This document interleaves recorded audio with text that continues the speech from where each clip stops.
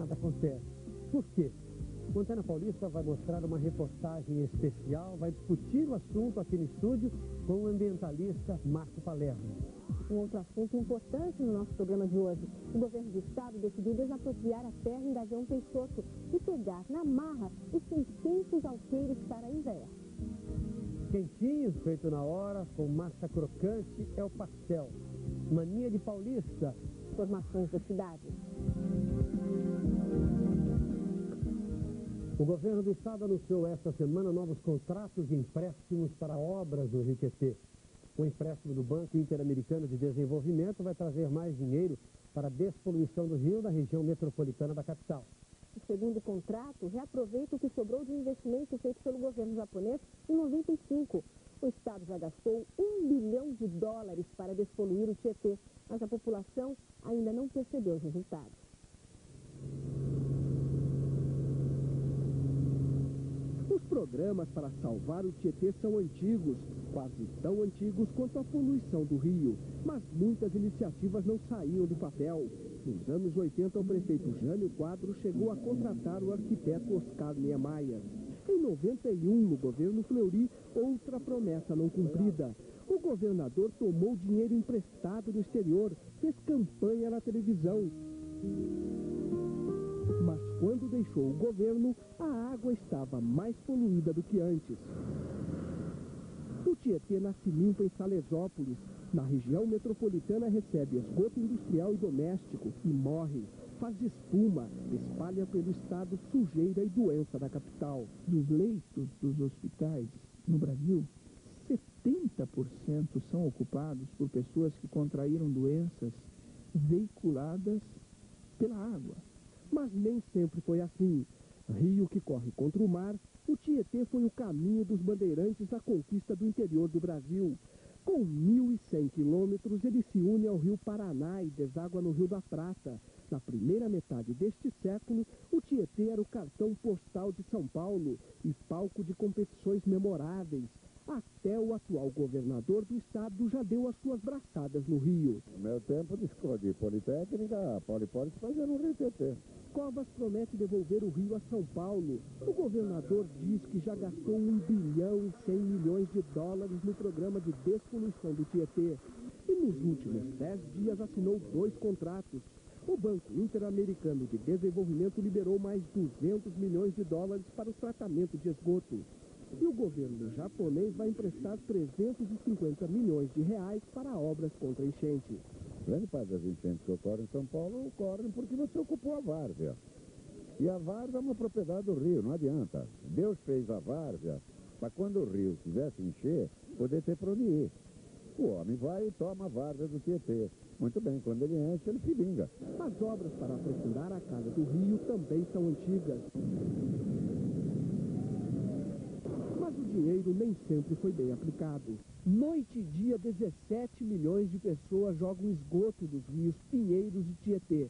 É tanta sujeira e o mau cheiro é tão forte que os carros passam pela marginal sem que as pessoas se deem conta da beleza que existe ao lado. Os rios dão à cidade uma face mais humana.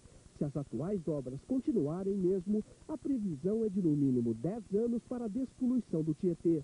Uma tarefa que depende do governo e de cada um de nós. Isso é um trabalho que vai dar resultado a médio e longo prazo, para que não joguem mais lixo na rua e colaborem ativamente com esse processo. E mais do que isso, cobrem o governo para que cumpra o seu papel e que as intervenções de despoluição do Rio Tietê sigam aí o seu processo e vá para frente, a gente consiga ter finalmente o Rio Tietê despoluído aqui em São Paulo.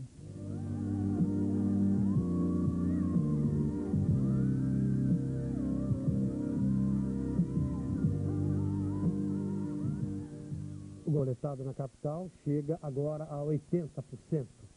Se os investimentos continuarem, a previsão é de que em 2010 o Tietê tenha 100% de esgoto tratado. Para falar do assunto, está conosco aqui no estúdio o ambientalista Marco Palermo, que é da Associação Brasileira de Recursos Hídricos e do Comitê da Bacia Hidrográfica do Alto Tietê. Bom dia, vou te chamar de Marco, não vou te chamar de senhor não. Marco, a gente fica olhando o governo, todos os governos, governo entra, governo sai, todo mundo promete no ano tal. Lembra do anúncio? No ano 2000 o Tietê vai estar limpo, ele continua cheio, sujo, poluído. O que acontece? Só no ano 2000, né? Pois é. O que acontece? As decisões e o investimento estão sendo feitos do jeito errado? Olha, na minha opinião, eles estão atrasados.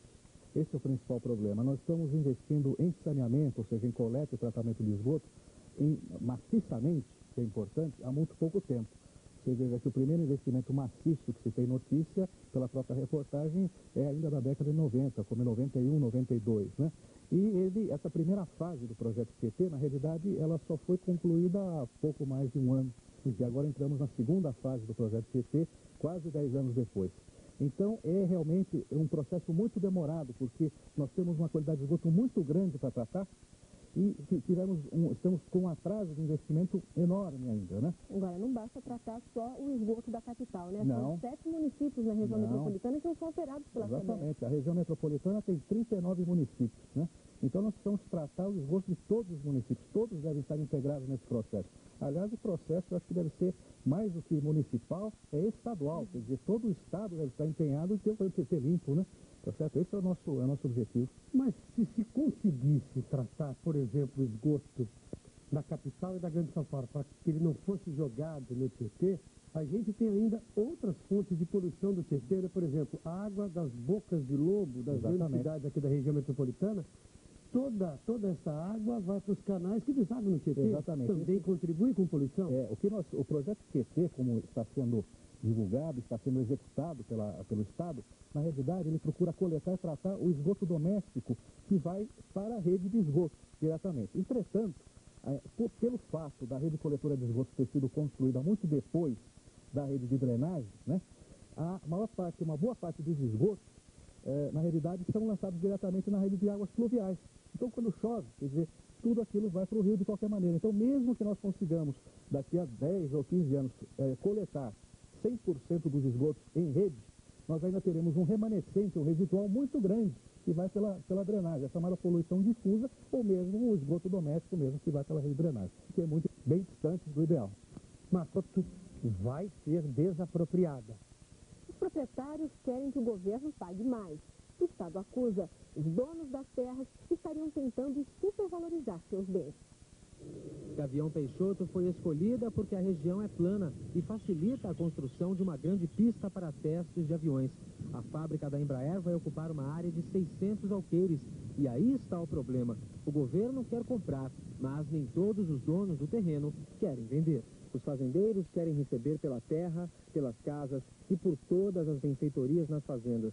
E mais, acham que o governo deveria pagar pelas plantações de cana e laranja, principalmente, que estão em plena produção. A Cutralho, uma das maiores indústrias de suco do país, diz que tem na rota da Embraer 500 mil pés de laranja. Segundo Da minha família, o meu sustento, a minha atividade exclusiva. Aproveitar para comprar roupas de inverno. As peças mais pesadas são produzidas de janeiro a junho. No segundo semestre, pegar a rodovia Fernão Dias até a Bragança Paulista. De lá até Socorro, são só mais 40 quilômetros. Imenso da capital, no ritmo do samba.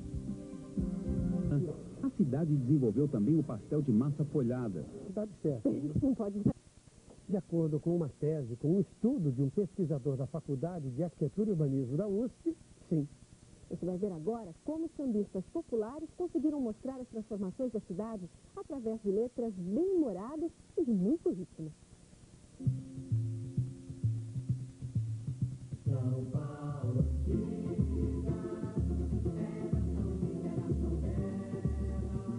Letras de músicas, ritmo de samba. Foi observando a produção musical da era do rádio que este pesquisador fez um estudo sobre o progresso da capital.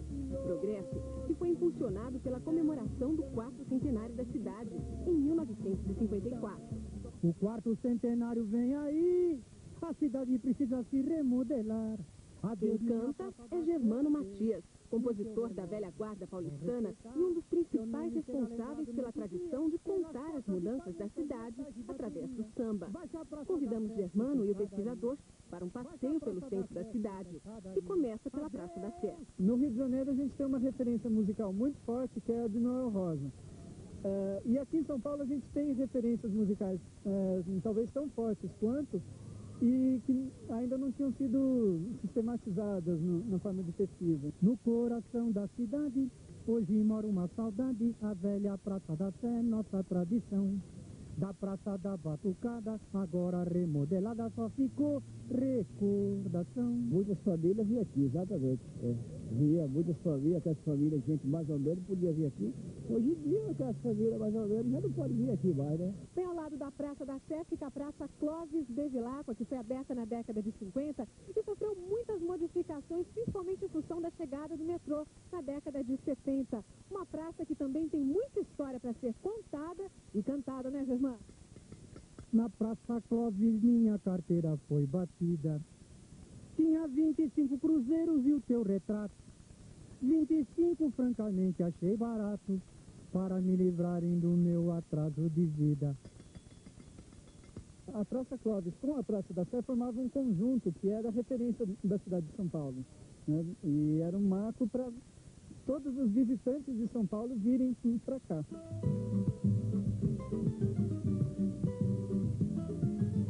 Da Praça Clóvis para o Brás. No bairro do Sotaque Italiano, a samba canta o fim de uma era. Adeus, adeus, porteira do Brás. Já vai embora e já vai tarde demais. A porteira do Brás, ela deu lugar a um viaduto.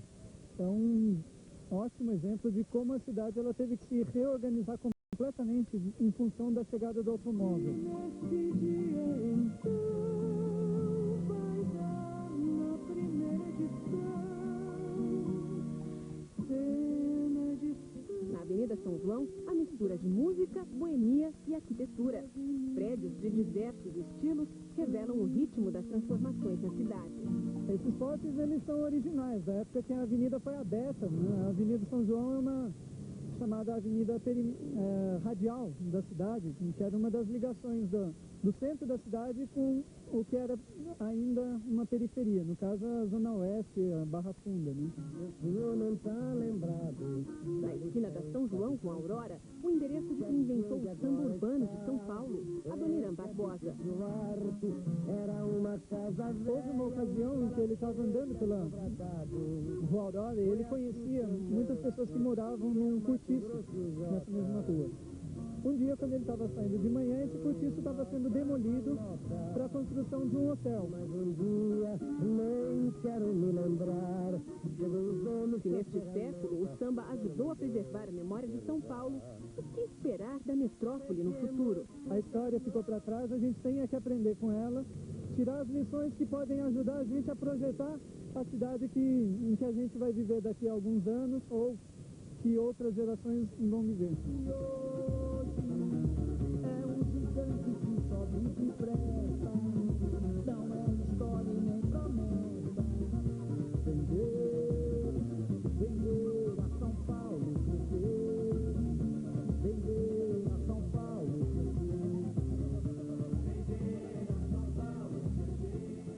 O nosso sambista da reportagem, Germano Matias, tem 45 anos de carreira e gravou 17 discos. Começou fazendo batucadas com os engraxates na Praça da Sé. No total, o pesquisador Marcos Virgílio relacionou 10 sambas que têm como tema o desenvolvimento urbano da capital. Agora, a gente sabe que esses 10 sambas são apenas uma pequena amostra, né? Porque é uma infinidade de ritmos aí cantando as histórias de São Paulo. Que bom, que bom. E o nosso Antena Paulista de hoje vai terminando aqui, domingo, dia em que, sem dúvida alguma, muita gente irá ao passeio. Como uma nova realidade da relação capital-trabalho. Até em função da própria crise que se instalou no Brasil, as cooperativas vieram de uma força muito grande a fim de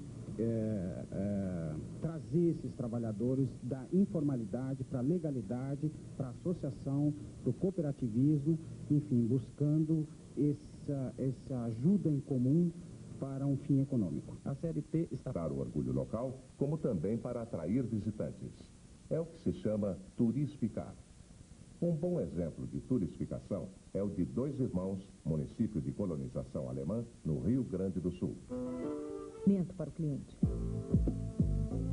Essas miniaturas chegam a ser verdadeiras obras de arte, tal a perfeição dos detalhes. Edilson e Taner são donos da Maquete Andrade. Faturam R$200 mil por ano fazendo maquetes. A de um apartamento decorado como este custa R$8.000. Qual é a formação que tem que ter um profissional artista desse? Normalmente o profissional que começa a trabalhar com maquete, ele tem uma tendência para arte, né? Habilidade manual. Normalmente são pessoas que gostam de pintar quadros, desenhar e se identifica rapidamente com o trabalho de maquete. E aí ele começa aprendendo desde fazer um carrinho, micro carrinho, e daí depois começa a fazer a habilidade com as colas, com os acrílicos, plásticos em geral.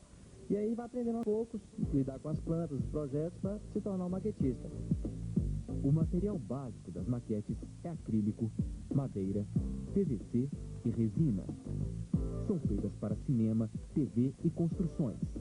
Nestas, seguem a própria planta da obra. Só que em vez de marretas, pás e enxadas, aqui as ferramentas são esquadros, estiletes, pinças. Estante, cama, travesseiro, móvel, espelho, talher do tamanho de uma unha. Mas não basta que uma maquete seja rica em detalhes. É preciso que ela esteja em escala, porque a gente não está falando apenas de uma miniatura, mas também de um documento para o cliente. Explica isso pra gente, Adilson. Sem dúvida, a maquete ela acaba sendo uma prova do que você está comprando. Por exemplo, cada 15 centímetros representa 1 metro no apartamento real. Portanto, os móveis têm que caber de acordo com o que você está comprando. Por exemplo, o sofá de 3 lugares. O cliente que vai estar adquirindo esse imóvel, ele sabe que naquele local vai caber um sofá de 3 lugares tranquilamente. Tem cliente que tira foto de maquete? Sem dúvida. Muitas vezes até para comprovar o que está comprando no término da obra e até mesmo para copiar a decoração que acham interessante. A maquete de hoje em dia se coloca no meio de um jardim, com plantas, com dimensão, com a pessoa, para você sentir realmente a proporção da casa. A maquete é super válido para... Não, é a mesma coisa que você falou assim, olha, se nem embaixo do teu projeto não vou mudar nada, porque a pessoa viu a maquete, o cliente viu a maquete. Para saber se a maquete confere mesmo com o projeto, tem um jeito. É confrontando o resumo com a obra, a previsão com a realização. Qual a função, qual o objetivo de uma maquete? Uma maquete ela tem várias funções, né? Ela pode ser usada para venda, ela pode promocional no caso, ou a maquete para estudo de um novo projeto, para atrair investimentos. Uma maquete pode economizar para o cliente? Sem dúvida. No caso das maquetes internas decoradas, por exemplo, ela evita que o construtor tenha que fazer um apartamento modelo. Nisso ele pode estar se utilizando de uma maquete, né? Ele vai ter uma economia pelo menos aí de 70% do que ele gastaria num apartamento modelo. Depois dos comerciais, nós vamos mostrar uma loja que oferece os mais variados e saborosos temperos culinários. Não perca, voltamos já já. Você sabia que no ano passado o volume de garrafas temperos e fugir do tradicional? Mas o tempero caseiro mesmo, né? Alho, cebola e só eu não uso condimentos. Mais ou menos originais, semelhantes a tubos de ensaio. Na produção, 25 variedades de pimenta passam de mão em mão. As conservas lideram as vendas. De 18 a 20 mil unidades são produzidas por mês, além de uma linha de antipastos. A empresa segue a tendência de mercado, fabricando alimentos orgânicos. Os nossos produtos não têm conservantes. Nós usamos o sistema da pasteurização para ter a durabilidade de 1 ano. A Companhia das Ervas surgiu do gosto de Marcos Cury pela pimenta e cresceu rapidamente. Em 9 anos, de uma tímida produção de 500 embalagens para 80 mil distribuídas em 800 pontos de venda. Também já ganhou projeção no exterior, exportando para a Austrália. Para nós, significa espetar uma bandeira fora do país, que é o reconhecimento do público estrangeiro pelo trabalho que é feito na Companhia das Ervas. E não é simplesmente pelo produto que é elaborado, a qualidade do produto, e sim também a apresentação. Você está preocupado realmente com o bem-estar dentro da alimentação para o consumo humano.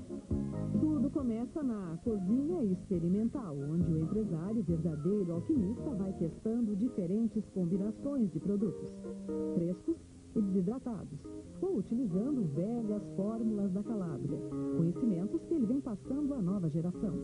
Olha, nós estamos trabalhando com as cozinhas do Senac, né? Nós estamos patrocinando as cozinhas pedagógicas dele, do Hotel São Pedro, do Grogotó de Barbacena, entre outros.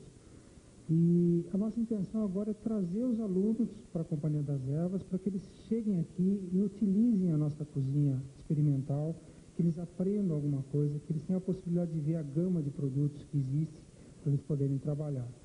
E esse projeto está aberto a todas as escolas que queiram nos procurar. Entre as pimentas existem raridades. São sementes importadas do México e Estados Unidos. Também os condimentos, 80% vem de fora. O grande projeto da Companhia das Ervas é produzir aqui, em parceria com os pequenos produtores da região de Jundiaí, gerando assim novos empregos.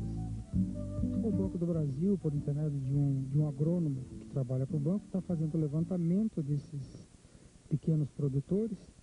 E aí, a hora que nós tivermos em mãos essa relação, nós vamos conversar com cada um deles e ver se existe o interesse de eles estarem produzindo e fornecendo, fazer uma parceria de fornecimento, né, para a gente poder desidratar e ter uma erva com excelente qualidade.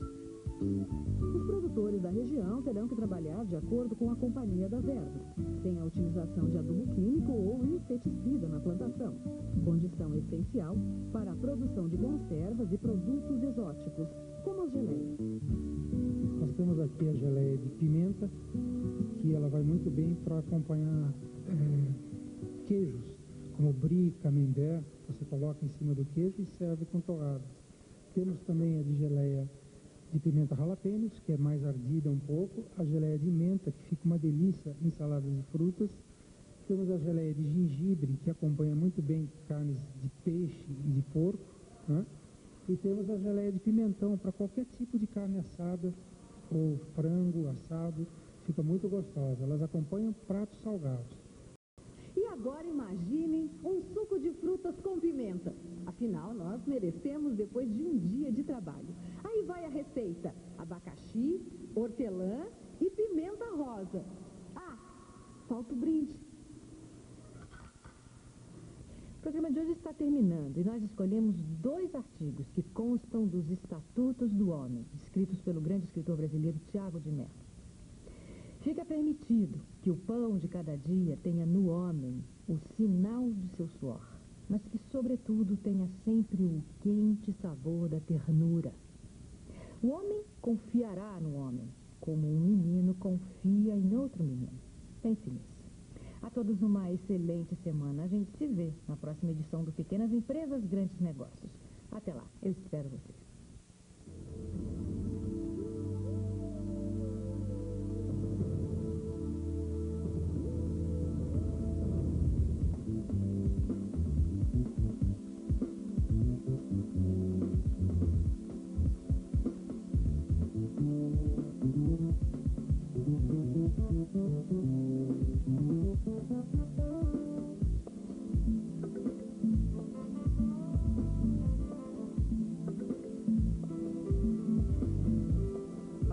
Cíntia Maggi com Cozinha Light. E compartilhar as melhores inovações bem-sucedidas desses lugares. Então, é uma coisa fantástica, porque em todas as cidades grandes, na Ásia, na África, na América Latina, as pessoas estão lutando diariamente com o problema de escala da cidade, do tráfico, de poluição, de violência, de falta de emprego, de falta de habitação, de tudo. Doenças. Muitas coisas em comum. Muitas coisas em comuns. E todo mundo tentando levar uma vida melhor. Então, nós resolvemos fazer um rede de apoio moral, pegando equipes em cada lugar que podem saber identificar as coisas que deram certo. Apesar de tudo que é difícil, o que deu certo que pode ser transferido para as outras cidades para não ter que reinventar a roda. Você faz uma espécie de intercâmbio, então, entre os países? Intercâmbio entre os países e entre as experiências, cada um que trata o do meio ambiente, o de desigualdade, o desemprego, o de participação, vamos dizer, a política, uma participação mais transparente e mais democrática.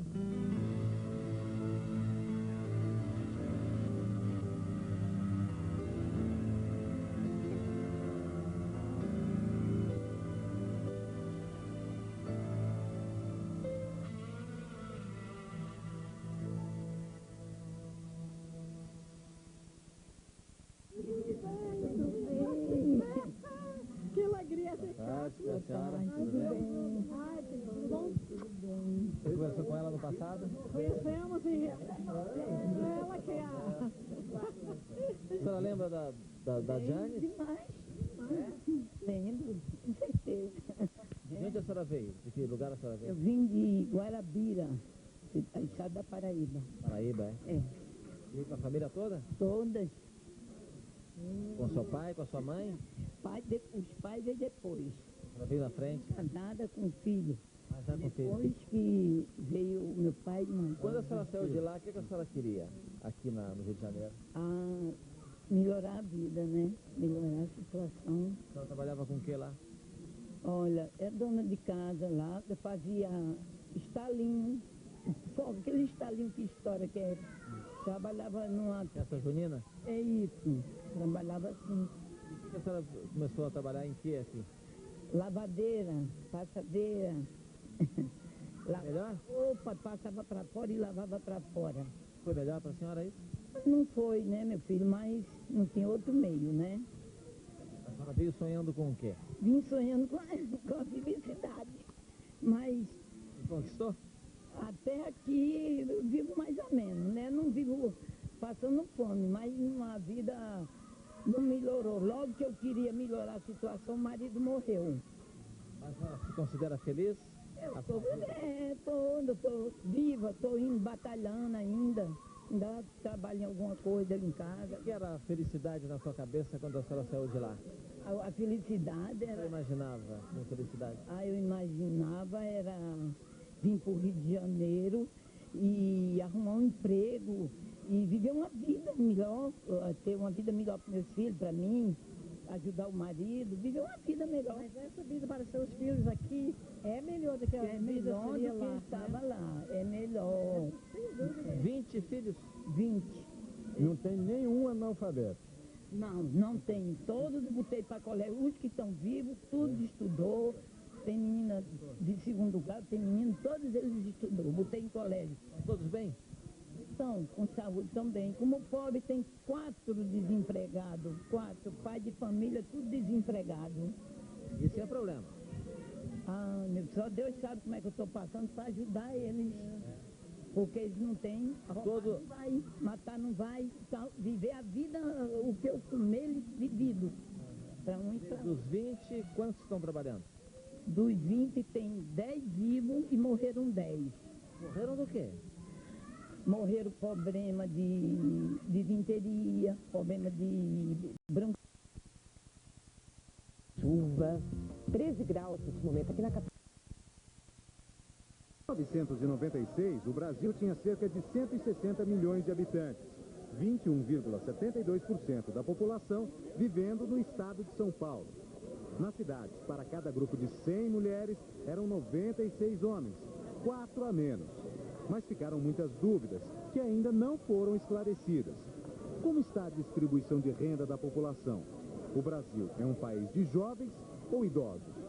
O Censo Geral do Brasil, que começa nesse dia 1º, vai responder a tudo isso. A última pesquisa completa sobre a população brasileira foi feita em 1991. De lá para cá, muita coisa mudou. E novas perguntas foram acrescentadas ao formulário que vai ser respondido pela população. O questionário completo, que vai ser respondido por 10% da população, tem 94 perguntas. O IBGE vai poder calcular até quantos aparelhos de ar-condicionado, micro-ondas e computadores existem nos lares brasileiros. Perguntas que há 9 anos não foram feitas. Por que essas perguntas são importantes? Porque justamente o censo serve para retratar as características da população a cada década. Até hoje, o número estimado de brasileiros com deficiência era baseado na média mundial, que é de 10%. Agora também vamos saber se a nossa realidade é essa mesmo. Em todo o Brasil, serão quase 200 mil recenseadores que vão visitar 40 milhões de domicílios e preencher 100 milhões de questionários. 25% vão trabalhar no estado de São Paulo. O treinamento começou no dia 8 e a única coisa que eles ainda não sabem é se serão bem recebidos. Às vezes o morador passa o dia inteiro trabalhando, né? À noite vai estar lá uma pessoa batendo na tua porta, eu sou recenseador de IBGE, e ele não está sabendo de nada, ele não vai abrir a porta. Né? Do jeito que anda a violência aí, Se alguém tiver dúvidas, pode pedir o crachá de identificação, como esse, que todos os recenseadores vão ser obrigados a usar. Mas o mais importante é responder corretamente as perguntas. Só assim poderemos ter um retrato completo e fiel do país. Os recenseadores já estão a postos para o trabalho. A repórter Rosângela Santos está na zona sul de São Paulo. Vai mostrar como é que vai ser a largada, Rosângela. São 46 mil recenseadores só aqui no estado de São Paulo. E toda a diretoria do IBGE também já está a postos. O censo começa daqui a pouquinho. Oficialmente começa que horas aqui em São Paulo? Aqui em São Paulo, a coleta inicia oficialmente com a entrevista do governador do estado às 9h30 da manhã. São Paulo é o estado que vai dar mais trabalho para os recenseadores? São Paulo é o estado que nós temos o maior número de recenseadores. Temos 46 mil recenseadores iniciando a coleta hoje. Mas o trabalho provavelmente não será tão grande, já que São Paulo é um estado muito urbano, muito organizado, e a coleta deve transcorrer de uma maneira muito rápida. Quer dizer, o estado onde os recenseadores terão mais trabalho, mas não vai ser necessariamente o estado que vai dar mais trabalho. Mais trabalho para o IBGE não, mas para os recenseadores certamente os que terão mais trabalho. Só para reforçar, os recenseadores vão estar com esse crachá, identificação. Exatamente. Todo recenseador deverá portar esse crachá, que é a segurança tanto do morador como do recenseador. E o morador, ao ser abordado, se ele tiver alguma dúvida, por favor, ligue para o número 0800 21 81 81 e peça a confirmação de que esse recenseador é o que está sendo designado para aquela área de trabalho. O morador pode pedir também a carteira de identidade. Sim, pede. Esse aqui é o documento para fazer o recenseamento e necessariamente ele tem que apresentar o documento de identidade. E o recenseamento pode ser feito a qualquer horário? Qualquer horário. Depende do morador. Se por acaso, eu gostaria de saber, Oi, Mônica. se por acaso um morador não quiser receber o recenseador naquele momento, ele pode pedir para deixar o formulário e vir buscar mais tarde, mesmo um formulário simples.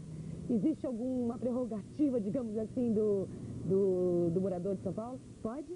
Não. O questionário tem que ser preenchido pelo recenseador, mas ele pode marcar um horário para entrevista que o recenseador retornará e fará a entrevista no horário combinado. Isso é muito comum acontecer, principalmente com pessoas que trabalham o dia todo fora e estão em um período restrito na sua residência. Principalmente em São Paulo, né? Que as pessoas realmente não têm horário de trabalho, né? É verdade. E para isso, o recenseador passa primeiro, identifica, verifica que o questionário vai preencher no domicílio e depois marca um horário para a entrevista.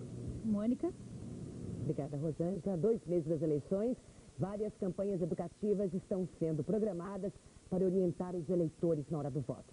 Os candidatos também estão recebendo dicas de como administrar a cidade.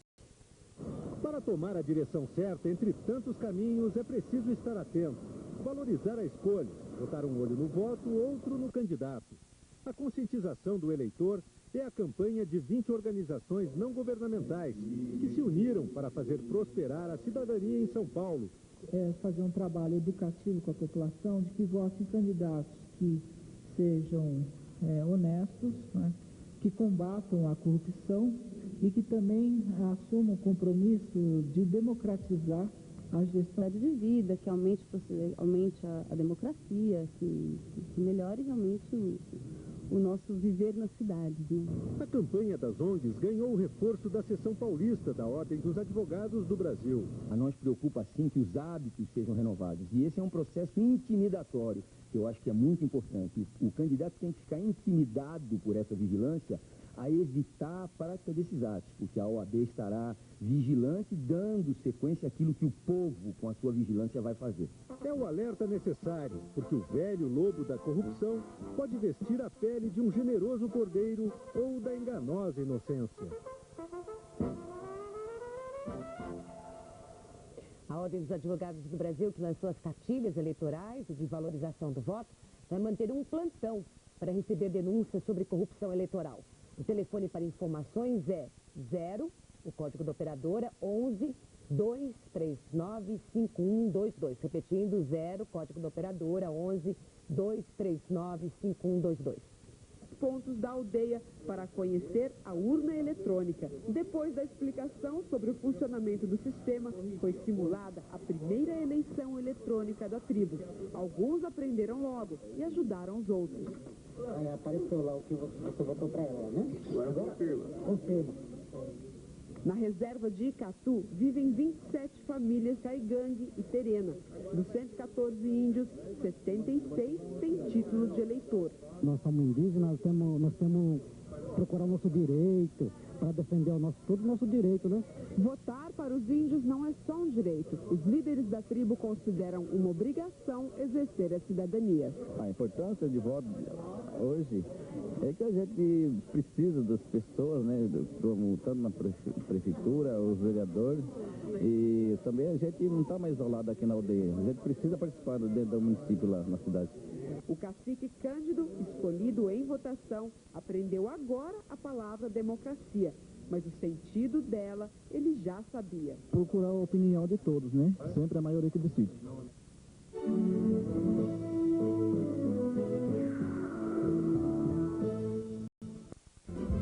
O resíduo de ferro, que fica armazenado em grandes montanhas, estaria poluindo o Rio Paraíba do Sul, o mais importante do estado do Rio de Janeiro.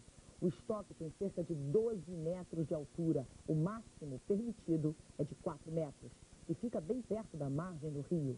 A responsabilidade é de uma empresa que presta serviço à CSN dentro da própria companhia. Esta semana, policiais e peritos da CEMA vão fazer uma vistoria na empresa em Volta Redonda para constatar se o problema foi resolvido.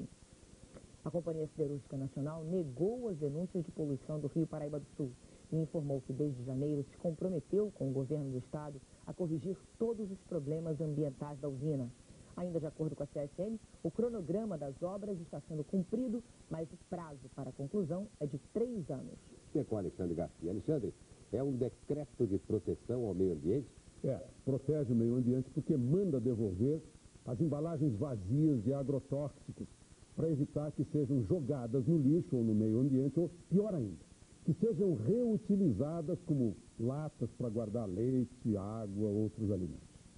Os produtores e revendedores serão obrigados, a partir de janeiro, a ter um lugar apropriado para armazenar as latas ou sacos vazios. No lixo, eles poluem o meio ambiente tanto quanto as baterias de celulares. E numa séria agressão à natureza, um incêndio criminoso destruiu parte do Parque Nacional de Brasília, ao lado da capital, numa época de ar muito seca. O fogo começou à tarde em 5 pontos diferentes do parque. Mais de 100 homens do Corpo de Bombeiros, ajudados pelo Exército e funcionários do parque, trabalharam durante todo o dia para conter as chamas, que chegaram a 6 metros de altura. O fogo foi controlado antes da meia-noite, mas foram queimados 3.000 hectares, atingindo animais e aves. A gente fica acreditando que tenha sido algum incêndio criminoso. O pior, Renato, é que se podem prever outros incêndios nessa época do ano, de muita secura de ar aqui em Brasília. Chuva por aqui no Planalto Central, só lá por outubro. Essa é a estação seca e é evidentemente que se podem prever outros incêndios desse tipo. É evidente que nunca está afastado o risco de algum descuido ou sabotagem ou algum incêndio proposital. Mas o ar seco só faz agravar essa situação. Os problemas das principais cidades brasileiras ganham proporção de calamidade quando o tempo não ajuda. Em Pernambuco, ao contrário de Brasília, moradores de áreas de risco, sem ter para onde ir, temem novos deslizamentos. Mais de 1.000 pessoas estão desabrigadas no estado por causa do temporal que começou ontem. A chuva já provocou 10 mortes. Da porta, o aposentado José Luiz da Silva vê o perigo. Aqui ele mora com a mulher e 5 filhos. A água desce com força. Há 4 anos, parte da barreira deslizou e destruiu a casa dele. A casa foi reconstruída, mas o risco de uma nova queda de barreira aumenta a cada chuva. Quando começa a chover, eu não durmo, porque eu fico me levantando, olhando para fora, abrindo as portas, deixando as portas abertas. Na região metropolitana do Recife, chove há 30 horas. Houve 60 deslizamentos e são mais de 1.000 desabrigados. Vendem no exterior estão mudando. No lugar de mercadoria de tecnologia rudimentar, como placas e tarugos, elas fabricam produtos mais bem acabados que valem mais.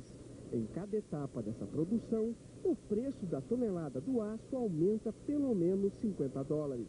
Por isso, desde 94, as empresas investem em tecnologia e devem gastar 13 bilhões de dólares até 2002. A indústria automobilística também mudou. Hoje, carros brasileiros podem ser encontrados até na China.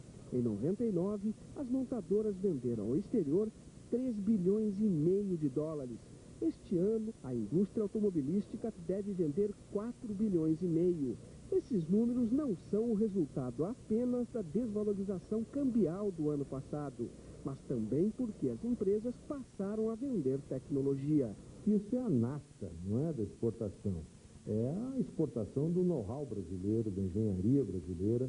Isso tem ocorrido, algumas associadas nossas têm registrado volumes expressivos de exportação nesse sentido, e a gente torce muito para que isso seja crescente, que é a presença da engenharia automotiva brasileira lá fora. O Brasil ainda depende da exportação de produtos como café, soja e laranja, mas a venda de industrializados deixa a balança comercial menos vulnerável. A mudança na qualidade dos produtos exportados já se reflete nos principais indicadores da indústria paulista.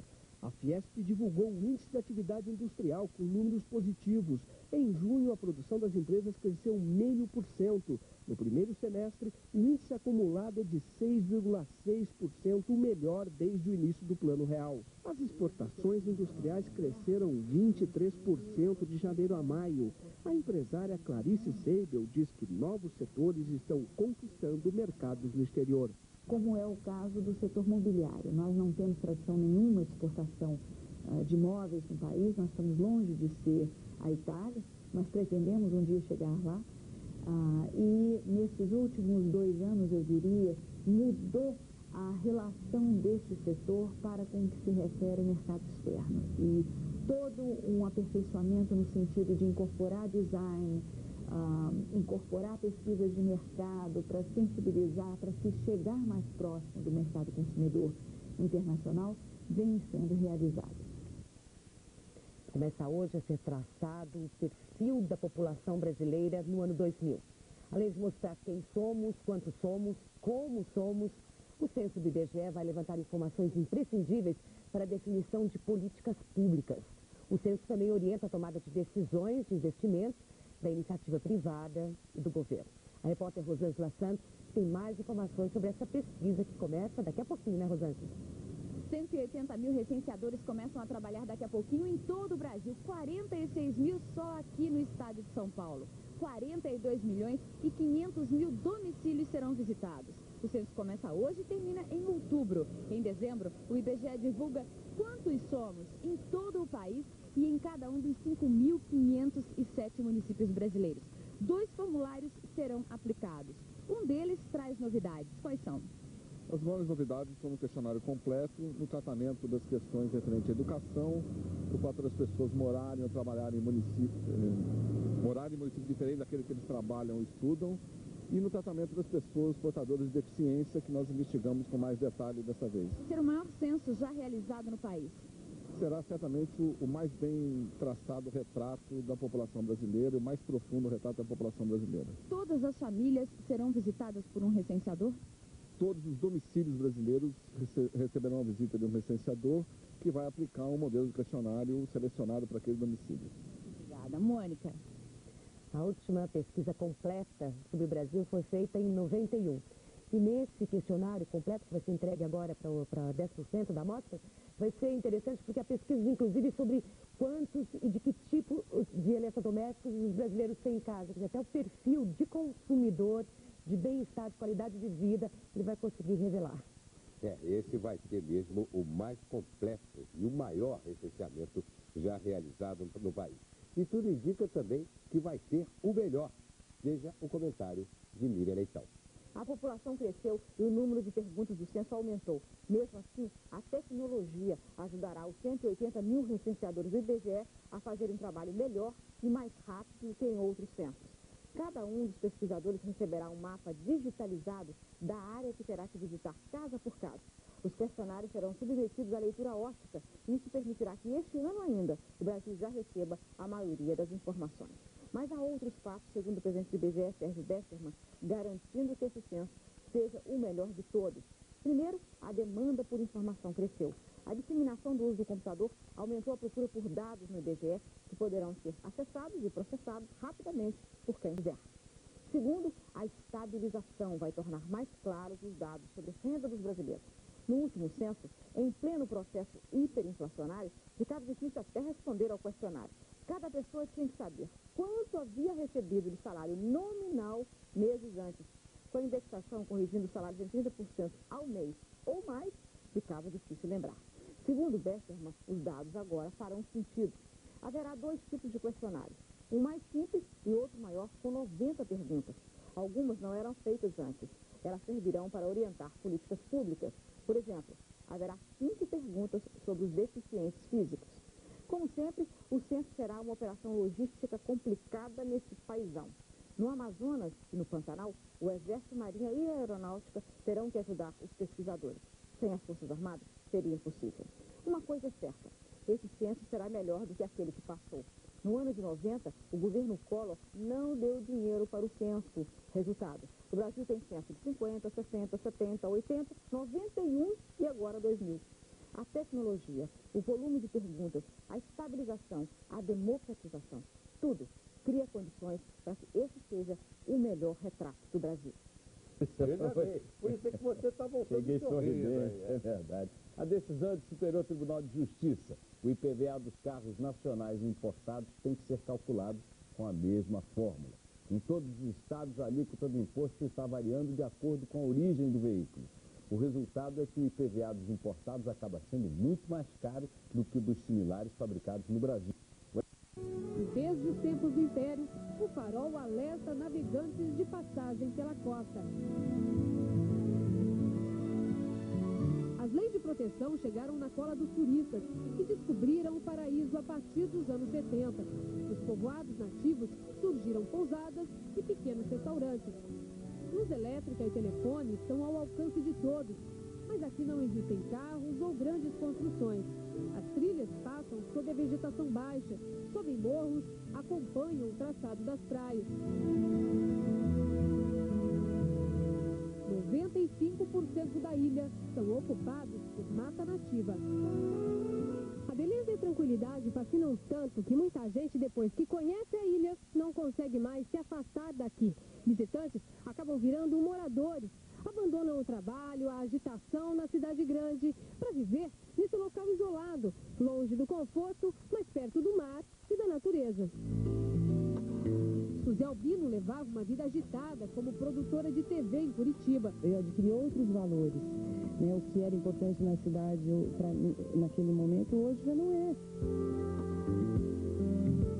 O isolamento que enlouqueceu a menina do filme é o prazer que os turistas procuram e a preciosidade que os moradores querem preservar.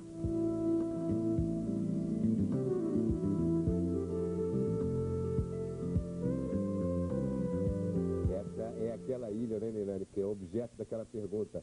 Quem você levaria para uma ilha deserta? Só que não está tão deserta assim. Né? Com certeza não está tão deserta assim, mas para visitar é uma maravilha. Para morar, não sei se a gente acostumado com a cidade grande Para aguenta. ficar é mais complicado. E o Bom Dia Brasil está terminando, nessa edição você viu que ainda chove forte em Pernambuco. Segundo a Defesa Civil, o número de desabrigados chega a 2.000. Recife é a cidade mais atingida pelo temporal. A chuva já provocou 14 mortes no estado. O presidente Fernando Henrique Cardoso exigiu pressa da Polícia Federal para prender o juiz Nicolau dos Santos. A informação é de Ricardo Boechat, que adiantou ainda que o presidente vai exigir demissões se o juiz não for preso logo. A subcomissão do Senado, que vai analisar o caso Eduardo Jorge, começa a trabalhar daqui a pouco.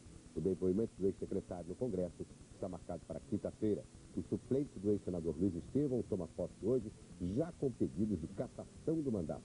Valmir Amaral, dono de uma frota de ônibus em Brasília, é réu em 17 ações na Justiça. E nós voltaremos amanhã às 7h15. Tenham todos um bom dia. Aproveite o seu dia, a gente se encontra amanhã.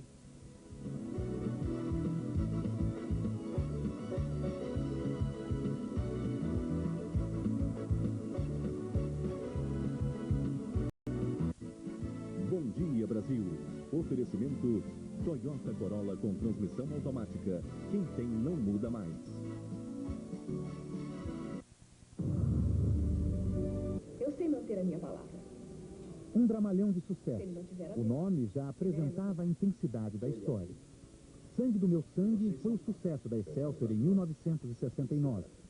No elenco estavam grandes atores do teatro. Se você quiser, meu filho, eu posso mandar fazer um chá de lósne. A lósne é bom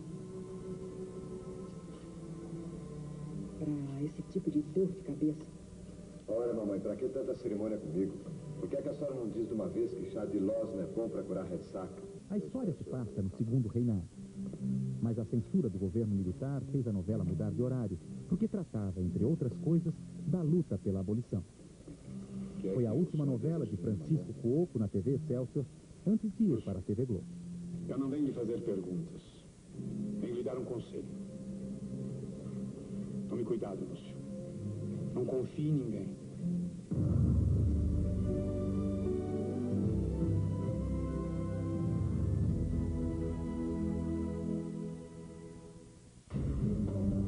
Hoje, essa galera radical vem detonando seus inimigos para salvar o incrível Digimundo. Hoje, 10h30 da manhã, fique ligado. O nome da aventura é Digimon.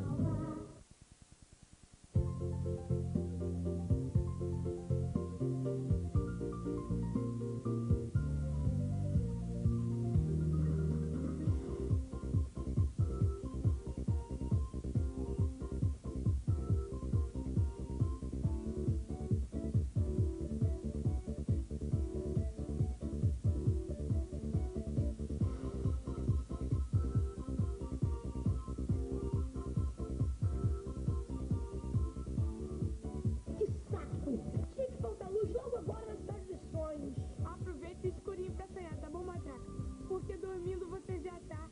A cidade dos sonhos tem nome. E é Bambu Luar, tá ligado? O que tem a ver o nome? Não dá pra fazer nada no escuro. Só se eu... Não inventa, prego, fica quieto. Eu vou aproveitar o escurinho pra comer. Pegou isso que eu como com os olhos. Mas eu como mesmo é com a boca. E a boca eu sei muito bem aonde é, tá? E o sanduíche eu encontro pelo cheiro. O cheiro vai longe. O sanduba é de mortadela. Aí, quando a luz voltar, cala a boca, matraca. Poxa, você só pensa em comer. Poxa, a gente tem coisa mais construtiva pra fazer, tá bom? Alguém aí sabe alguma história de terror? Levanta um frio na minha barriga. Prego! A luzinha corta logo agora. Fui pego em flagrante. Ai, minha roupa nova. Tá ficando black, garoto. Isso é alta tecnologia, tá bom? Tecnologia não tem nada a ver com roupa, não. Tecnologia é coisa de fábrica. Isso aqui é couro sintético, de vaca não tem nada, tá? Isso aqui é tecnologia? Sim, tecnologia é negócio de computador. Eu tenho um lá em casa, ó, que ele toca música, ele faz conta e ele desenha. Tudo isso, gente. Deixa de ser mentirosa, menina. Ele faz tudo isso sim, tá legal? Ele faz mesmo. Pode até fazer, mas tecnologia é coisa de carro. Chega de palhaçada, gente. Tecnologia é coisa de robô.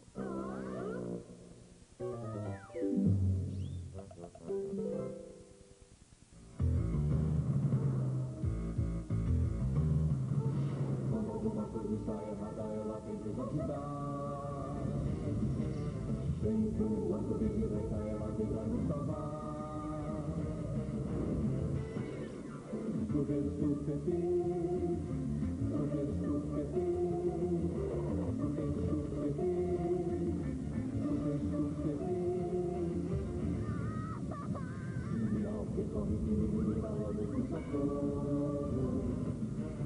Tem um reganho, um amigo, ela sempre está presente. Juventus PT, Juventus PT, Juventus PT, Juventus PT.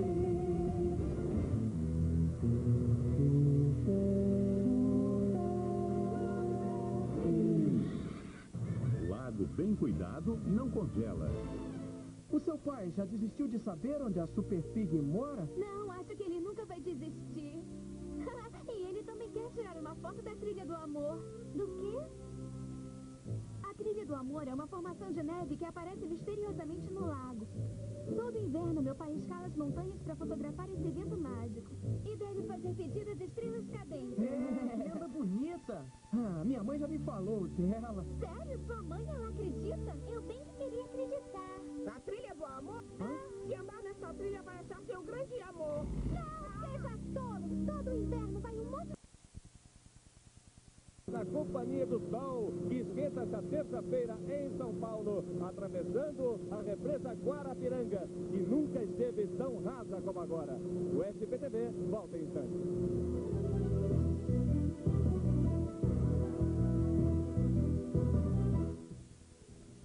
Da América Latina inteira. É o maior centro financeiro do continente. Maior densidade de helicópteros do que Nova York. Tem os maiores hospitais, universidades. É espetacular na arquitetura, no ritmo e na dimensão de problemas que deixam a população em estado de perplexidade. São Paulo consome também as pessoas. Por que alguém quer ser prefeito de uma cidade como esta? Ser prefeito não traz apenas dores de cabeça administrativas, traz projeção política, destaque, dá poder. O prefeito passa a ser a figura central na vida das pessoas, não importa o tamanho da cidade onde elas vivam. Em São Paulo, 16 candidatos rondam este ano o prédio do Palácio das Indústrias, a sede da prefeitura. Oliveira de Fátima tem 2, disputando o direito de se sentar na cadeira do prefeito. O vencedor vai enfrentar uma atitude que começa a se firmar. Eu sou uma pessoa passando fome, uma pessoa sem terra, coisa e tal, tudo isso inicia-se aqui no município. Então eu particularmente acho que o maior problema da nação hoje deve ser resolvido iniciando-se pelo município. E começando pelo prefeito. A sabedoria popular define, sem meias palavras, para que serve um prefeito. O prefeito serve para trabalhar, fazer uma boa administração, né? E tanto faz se você vive numa cidade muito pequena, como Oliveira de Fátima, ou grande demais, como São Paulo. O prefeito é o primeiro de quem você pode e deve cobrar.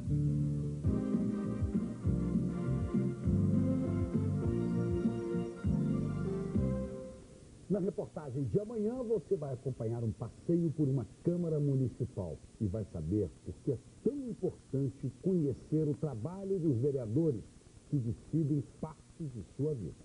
Se você foi convocado para trabalhar nas próximas eleições e não está gostando muito da ideia, veja só a história do seu Arthur, um morador de Itaquera. Ele é um exemplo de cidadania. Há 40 anos é chamado pelo TRE e nunca faltou. Eu não gosto muito de política, eu gosto de trabalhar na eleição. Aos 71 anos, seu Arthur é um dos voluntários mais antigos da Justiça Eleitoral de São Paulo. Já são 40 anos trabalhando como mesário, desses 25 como presidente de sessão. Eu vou ver avós, pais, filhos, agora na próxima talvez os netos vão votar comigo aqui. A primeira convocação aconteceu em 1959, quando seu Arthur precisou transferir o título para São Paulo. A primeira vez foi na marra, depois eu gostei de trabalhar. Gostou tanto que até fez um arquivo com tudo o que coletou durante as 31 eleições que acompanhou de perto. São papéis, fotos e registros. Tanta dedicação lhe rendeu uma homenagem. O cartório de Itaquera, na zona leste da capital, entregou a ele uma placa de agradecimento. O seu Arthur é conhecido por todos os funcionários, mesmo na sessão também, todos os eleitores, todos os mesários de trabalho, porque ele é uma figura assim, simpática, é uma pessoa conhecida aqui na região e é o nosso símbolo.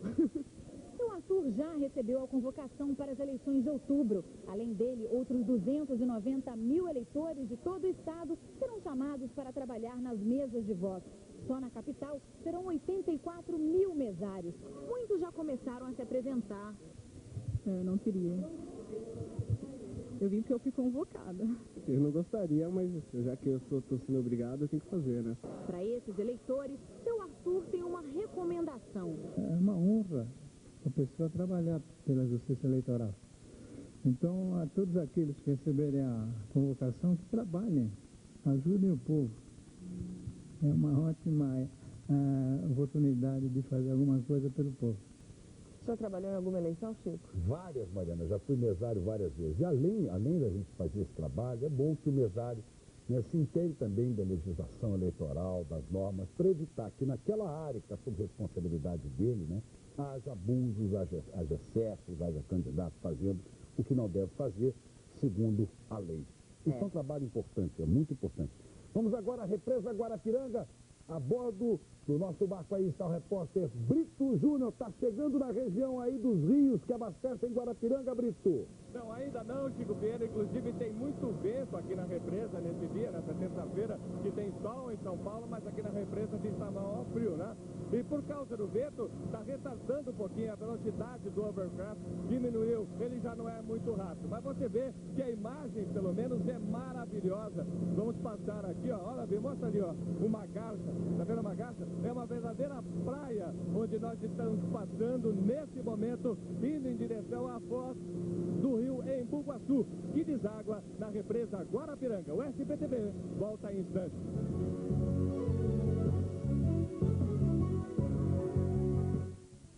Se avisou. O racionamento vai continuar até novembro. Para mudar essa situação, só mesmo se chover bastante. O paulistano, sempre acostumado a ter muita água nas torneiras, teve que aprender a economizar nesses 2 meses de rodízio. Eu determino, um dia faço isso, outro dia faço aquilo. Eu lavei ontem a roupa, hoje eu faço. Desde maio, a represa Guarapiranga e o sistema de abastecimento de Cotia começaram a preocupar. O SPTV chamou a atenção para o problema da Guarapiranga. Em maio, colocamos uma estaca na represa. Exatamente no ponto onde a água da represa está chegando. E a gente vai voltar aqui nos próximos dias para ver se a água baixou mais um pouquinho. Logo depois, a repórter Patrícia Poeta falava de um banco de areia no meio da Guarapiranga. Prova de que a água tem diminuído cada vez mais. Em junho, mergulhamos na represa e descobrimos o que havia debaixo da água. Gonzaga aqui, ele está a 40 centímetros da minha câmera. Paulo Zero dizendo aí, então, que a visibilidade não passa de 40 centímetros. E a água continuou baixando, tanto que até jipes chegavam nos bancos de areia. Então os jipeiros escolheram a represa Guarapiranga, isso que seria o fundo da represa, como um novo ponto de aventuras, de encontro. E teve até corrida para mostrar como a situação estava difícil. Desde que a gente colocou a estaca do SPTV, no dia 22 de maio, a água da represa já recuou 100 metros. Daí a nossa prova dos 100 metros rasos. E ainda hoje, os números assustam. Basta comparar. Em abril, o nível da água era de 55%. Em maio, caiu para 41,5%. Chegou a 32,2% em junho. E agora, bateu nos 24,7%. Desde a implantação do rodízio, 3 milhões de pessoas passaram a conviver com as torneiras secas por pelo menos 2 vezes por semana. Pela quantidade de população que tem, precisava todo mundo colaborar. Apesar dos esforços da população, da realização de obras, o rodízio ainda deve durar por alguns meses. A previsão aqui da Sabesp é de que o fim do racionamento só irá acontecer em novembro deste ano, quando finalmente a chuva aparecer. Para não termos um rodízio, a represa teria de estar com o dobro de volume de água atual. Apesar disso, a Sabesp garante que não há risco de colapso. Em meados de agosto, nós devemos entrar em operação com a transferência de água da BIOS para o Guarapiranga, mais um nível de chuvas razoável que devemos ter no início de outubro. Nós acreditamos que a partir de novembro dá para se avaliar. Só em novembro? Exatamente. Nós devemos avaliar a possibilidade de cancelarmos o rodízio. Nós vimos a reportagem de Wallace Lara com os dados técnicos, com a entrevista na Sabesp, e agora ele está a bordo do Globoscope, vem da estação de cima. Complicado, precisa chover muito, hein, Wallace? Exatamente, Chico Pinheiro. Você tem imagens ao vivo do helicóptero da Globo. Essa imagem, viu, Chico? Muita gente com quem a gente conversou esses últimos dias diz que essa imagem impressiona. A imagem da seca, e essa imagem vale mais do que qualquer palavra de conscientização. A pessoa que está vendo aí, essa é a represa Guarapiranga, o que sobrou dela. Então tem que economizar, é o apelo da Sabesp. E pelos cálculos da Sabesp, teria que chover 2 vezes o que choveu em janeiro. Janeiro, que é tempo de enchente. para normalizar a situação. Então, para a gente ter uma situação normalizada, nós teríamos que ter 2 vezes o volume de água do período de janeiro, do período de enchente, normalmente em São Paulo, para que essa situação melhorasse e finalmente o rodízio pudesse acabar.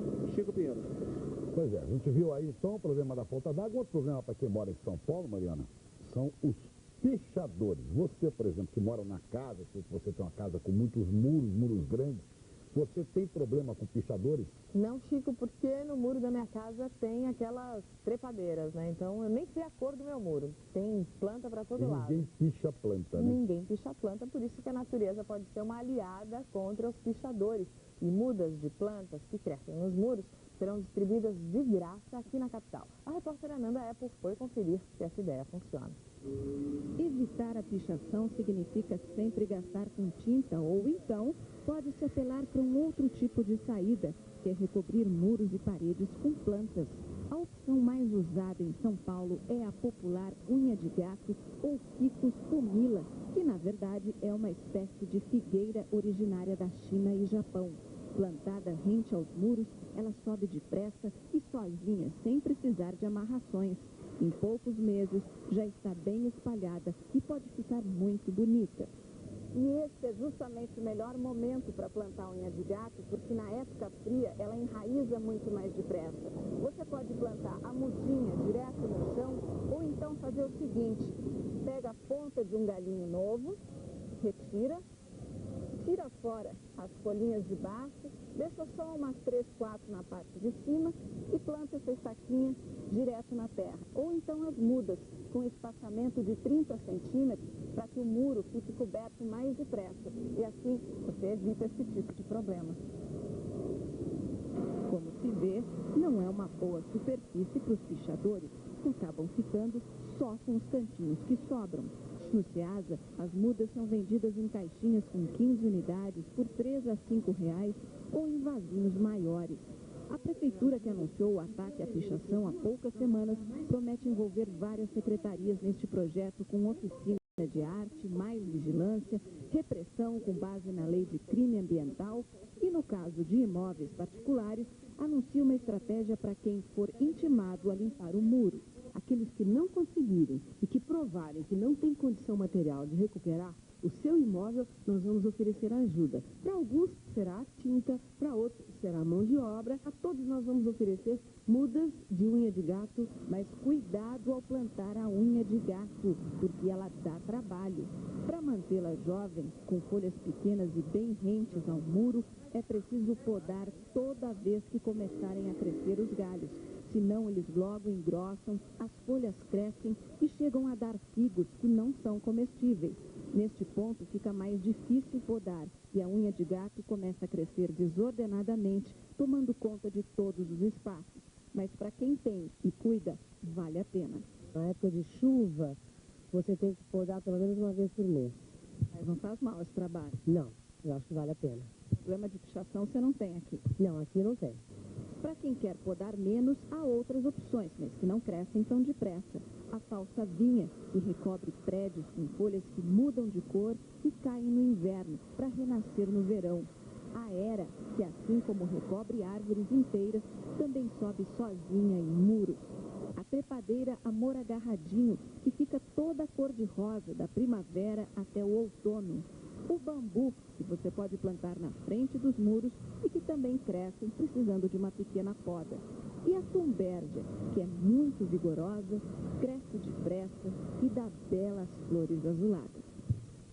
Tá aí.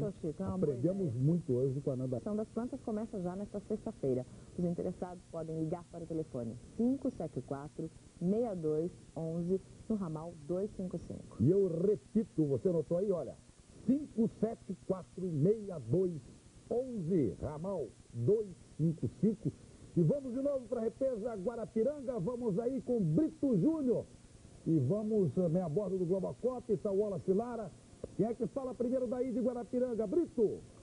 Chico Pinheiro, estamos ainda aqui nas águas agora tranquilas da represa Guarapiranga. Estamos naquele trecho que é considerado o terceiro lago da represa. Ela é dividida em 3 lagos. Estamos chegando já perto da foz do rio Embu-Guaçu, que deságua aqui na Guarapiranga. Vamos ver se conseguimos chegar até o fim do jornal para mostrar para você de perto uma imagem impressionante da represa que infelizmente está secando. O SBTV volta em instantes.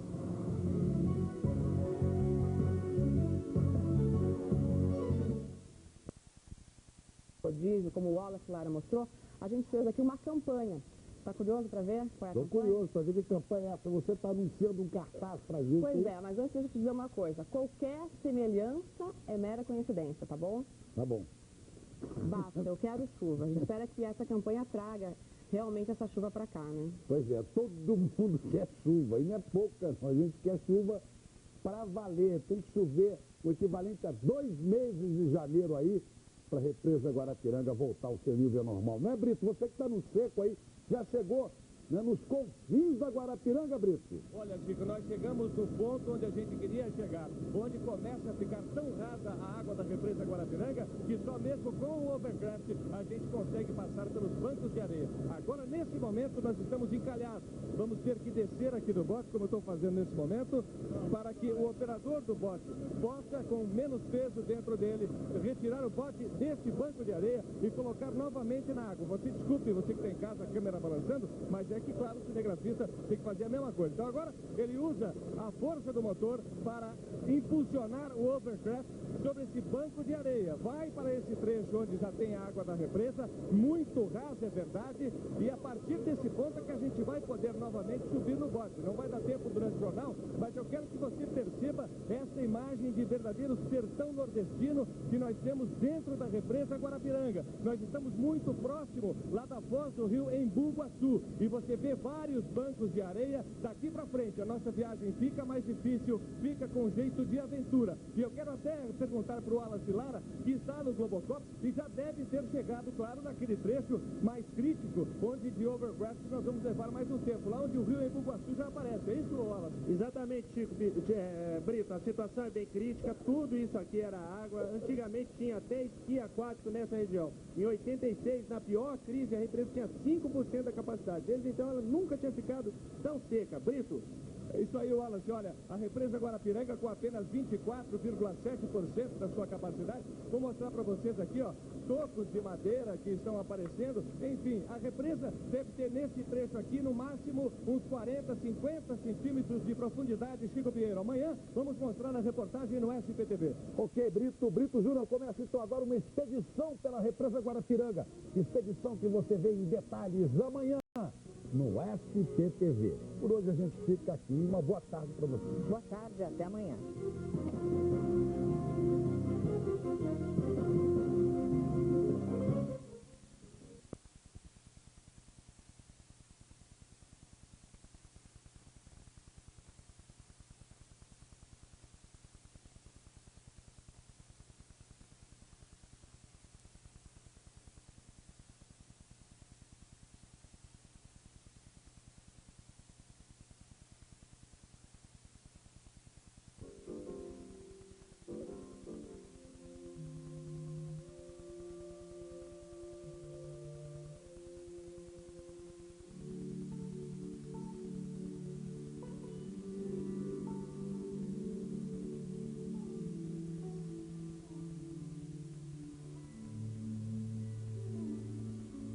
Diligentemente as formas desta exuberante estrutura.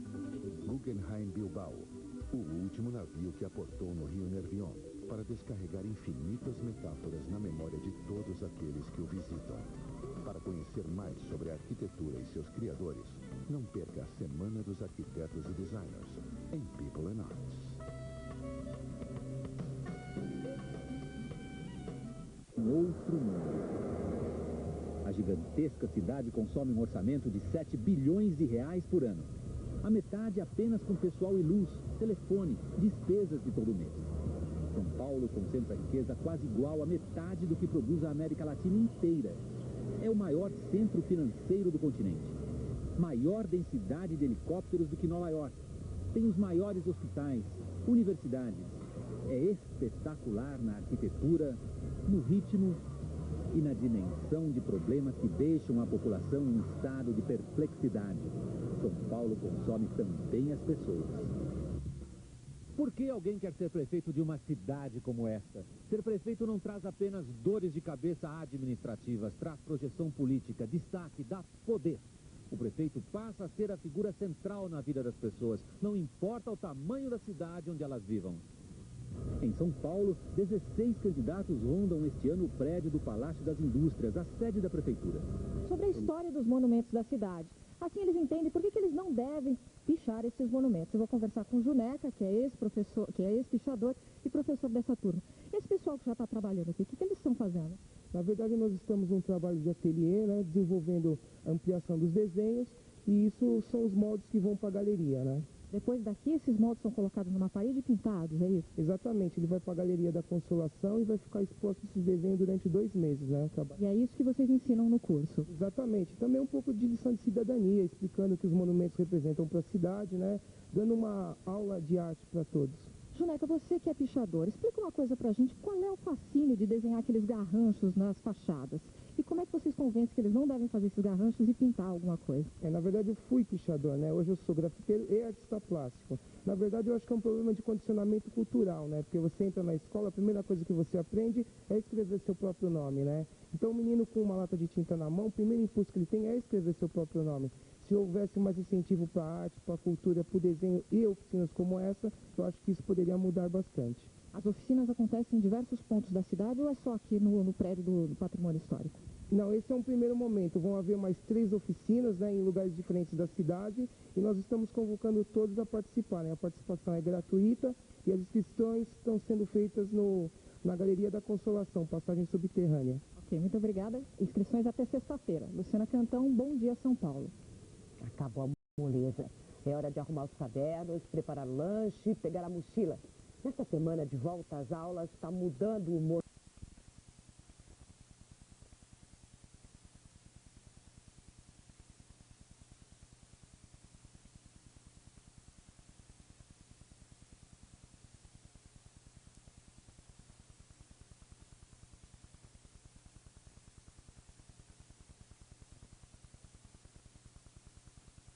Terça-feira, 25 de julho. E a temperatura aqui em São Paulo, nesse momento, é de 9 graus. A Prefeitura da capital faz mais um rapa durante a madrugada para a retirada de camelôs. Desta vez foi na região do Largo 13 de Maio, em Santo Amaro, Zona Sul. As máquinas passaram retirando tudo.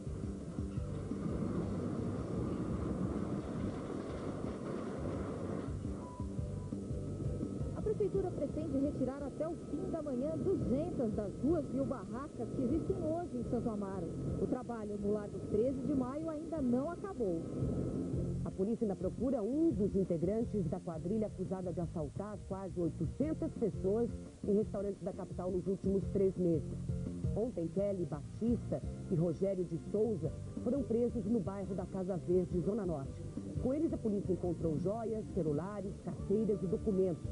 A quadrilha, que ficou conhecida como Dona Flor e seus 2 maridos, roubava clientes de restaurantes da Zona Sul e Oeste. E no dia do motorista, o DNR faz campanha de prevenção de acidentes aqui na Regis Bittencourt, considerada a rodovia da morte. Comprar ou não comprar ações da Petrobras usando o dinheiro do Fundo de Garantia. Vamos discutir esse assunto com o analista financeiro Carlos Daniel Coradi daqui a pouco. Veja agora outros destaques do Bom Dia São Paulo de hoje. Quadrilha invade unidade da FEBEM em Campinas. 35 menores escapam. Processos parados. Audiências de 5 em 5 minutos. O caos da Justiça Trabalhista de São Paulo. A Prefeitura da capital retomou hoje a Operação Rapa da Madrugada para retirar barracas deixadas por camelôs nas ruas da cidade. Mais uma vez, a Guarda Civil Metropolitana esteve presente para garantir a ação que começou ontem à noite, na região do Largo 13 de Maio, em Santo Amaro. Os funcionários da Prefeitura usaram um trator para demolir as barracas que cercavam a Igreja Matriz, em Santo Amaro. As maiores precisaram ser erguidas e colocadas sobre caminhões especiais. Até uma brita britadeira foi utilizada para quebrar o concreto que segurava algumas barracas. A operação de retirada começou às 11 da noite. A presença de 80 homens da Guarda Civil Metropolitana inibiu qualquer reação dos camelôs. Em volta da igreja, o que sobrou foi muito lixo pelas calçadas. A prefeitura promete retirar 200 barracas de camelôs dos largos 13 de Maio e da Matriz em Santo Amaro. E o secretário de governo, Arnaldo Faria de Sá, que nas últimas semanas tem aparecido mais do que o próprio prefeito, garante que vem mais por aí. Nós iremos aplicar a lei da limpeza pública. Todo material e mercadoria encontrado na via pública é passível de remoção e nós faremos. Uma das primeiras barracas demolidas foi a de Dona Nazaré, vendedora de lanches. Ela morava dentro da construção e não conseguiu segurar o choro quando viu tudo acabado. Junto com o marido, ela passou a noite ao lado do que restou. O senhor sustenta a família com essa barraquinha? Nós temos 16 crianças desse tamanhozinho pequeno. Todos filhos, netos? Neto, tudo neto. Tudo depende do senhor? Tudo depende da gente. A maioria dos camelôs já sabia da operação e conseguiu retirar as mercadorias durante o dia. Mas a revolta era grande. Quanto que a senhora tirava por dia? O suficiente para o sustento dos meus filhos. Senhora, e quantos filhos? 3 filhos. É o pão dos nossos filhos que eles estão tirando. Amanhã a senhora vai trabalhar onde? Não tem aonde. Vamos saber como está a situação neste momento no Lago 13 de Maio. A repórter Luciana Cantão está no Globo Cop e tem as informações. Luciana. Olha, Mônica, você está vendo aí a imagem da Matriz e ainda tem muita coisa a ser feita por aqui. A prefeitura não terminou de retirar as barracas, ainda tem muito lixo também na rua, você está vendo aí do lado direito e também do lado esquerdo, muitas barracas aqui ainda na região. Então tem bastante trabalho aqui durante toda a manhã. Eu vou pedir para o Marquinhos mostrar aqui embaixo do vidro da esquerda uma coisa que chama a atenção e que essas barracas do outro lado do largo não foram retiradas. A explicação do secretário é que junto à Matriz será construído um respiro do metrô, porque vai passar uma linha do metrô aqui por baixo e será necessário construir um respiro aí. Por isso que as barracas ao lado da igreja foram retiradas e as outras não. Mas o secretário também garantiu que durante toda a próxima semana, durante todo o mês, vão acontecer retiradas de camelô na cidade. Eu vou pedir também para o Marquinhos mostrar um pouco do trânsito, que não está muito complicado aqui, são mais por causa do número de ônibus. Mônica.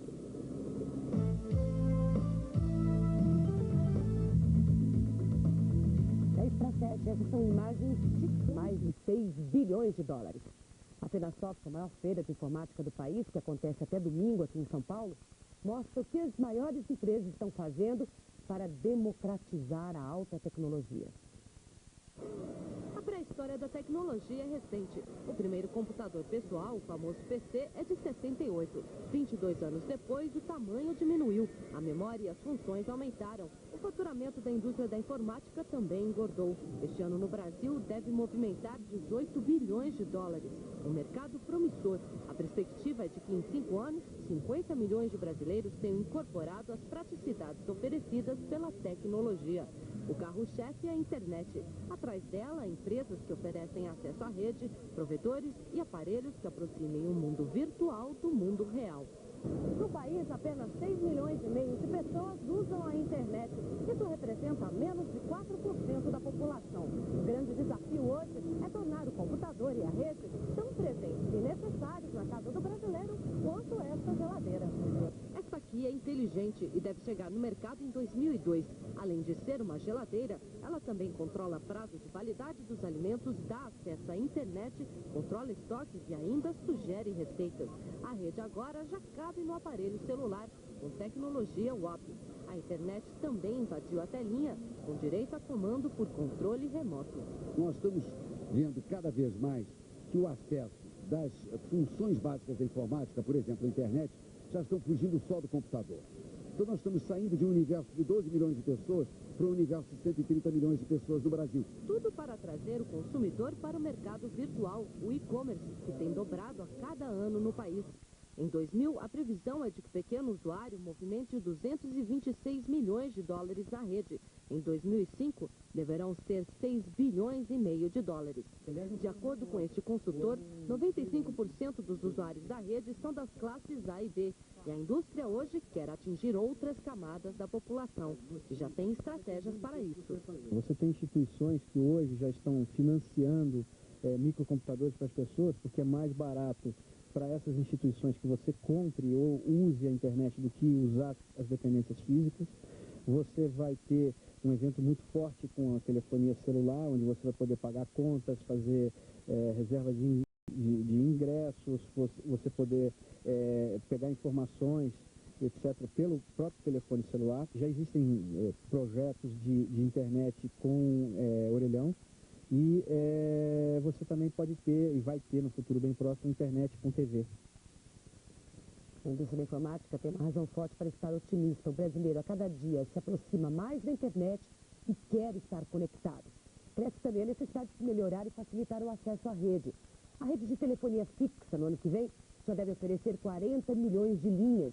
Hoje são 34 milhões. E esse é um insumo básico para a internet.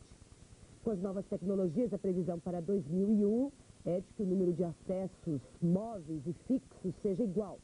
Hoje, 3 milhões de pessoas acessam a internet pela linha fixa e apenas 900 mil conseguem entrar na rede via celular. Agora, Renato, você sabe muito bem ainda qual é o tamanho de usuários da internet. O cálculo fica sempre entre 3 milhões e 6 milhões de usuários. Para 160 milhões de brasileiros, é muito pouquinho. Entre 2 milhões, vamos dizer, entre 2 e 6 milhões de usuários nesse universo, que a indústria pretende que seja de 130, mas eu acho um sonho absolutamente distante, porque o que os computadores estão mostrando aí, nos terminais de computadores, é o enorme abismo social que o país ainda atravessa. Entre a vontade da indústria e a realidade do acesso a qualquer tipo de tecnologia, existe uma grande distância. Mas o Ministério da Ciência e Tecnologia acaba de concluir uma pesquisa sobre a produção de programas para computador no Brasil. Surpresa do estudo, a região Nordeste, que pela primeira vez aparece ocupando lugar de destaque no ranking nacional. Imagine um programa de computador que consegue simular os principais vestibulares, o Exame Nacional do Ensino Médio e os concursos mais disputados. O usuário também pode checar o desempenho diante da concorrência. Ele obtém uma análise completa do desempenho dele em relação aos outros candidatos que fizeram a prova no exame real, no Enem, e aos que estão fazendo aqui no site da prova interativa. E que tal acelerar a atualização das informações online de um jeito bem simples que qualquer usuário possa fazer? Com o software que o estudante de informática Fábio Buchmann ajudou a desenvolver, isso é possível. O usuário não precisa de nenhum conhecimento especial, de nenhuma linguagem, ele só precisa conhecer como escrever e como utilizar a internet. Estes são apenas 2 produtos da Fábrica de Empreendimentos, que nasceu no Departamento de Informática da Universidade Federal de Pernambuco. Aqui, além de negócios de alta tecnologia, são formados novos empreendedores para um setor que não para de crescer, o das empresas que desenvolvem programas de computador. Uma pesquisa do Ministério da Ciência e Tecnologia mostra que a participação do Nordeste no mercado nacional de programas de computador subiu de 7% para 19% entre 1993 e 99. Pelo menos 400 empresas atuam na região.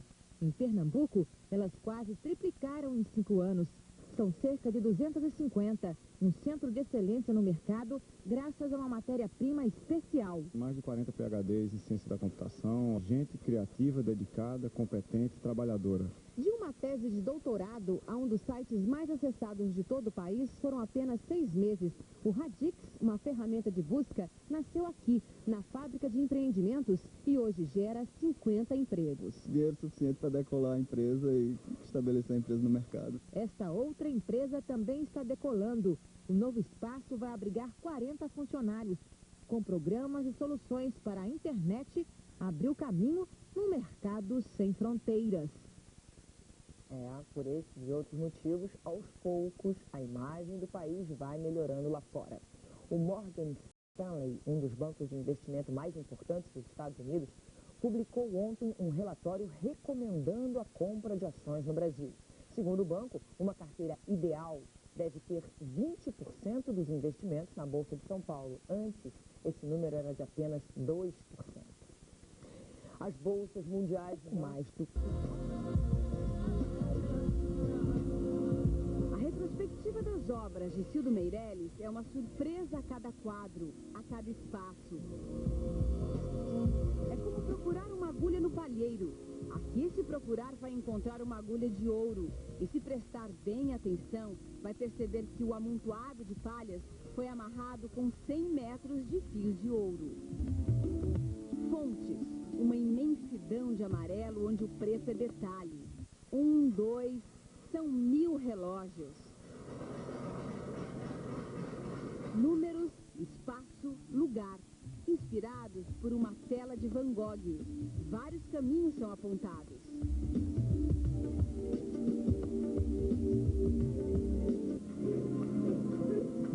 Misturas de materiais, ousadia, simplicidade. Cildo Meirelles é assim.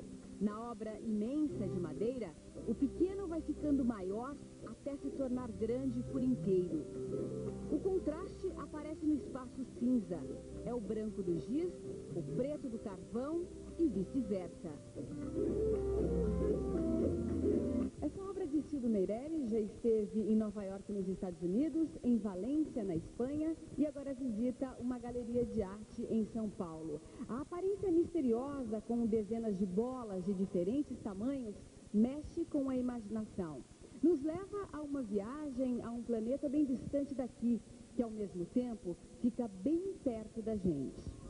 O título Globetrotters, de 1991, joga com a expressão Globetrotter, alguém que viaja muito por todo o mundo. A esfera é a expressão da universalidade em harmonia com a antiguidade, representada pela malha metálica. Bolas como símbolos do mundo. Futuro, uma obra dedicada ao filho Orson Joaquim. O trabalho dele, obviamente, não se fecha numa única vertente, mas ele possibilita uma série de interpretações, mas eu acho que ela é fundamentalmente uma grande discussão sobre a questão do poder.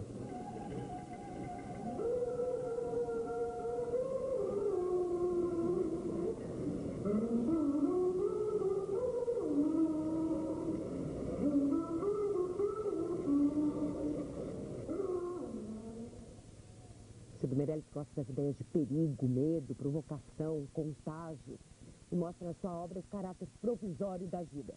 Segundo ele, os trabalhos tratam desses grandes temas.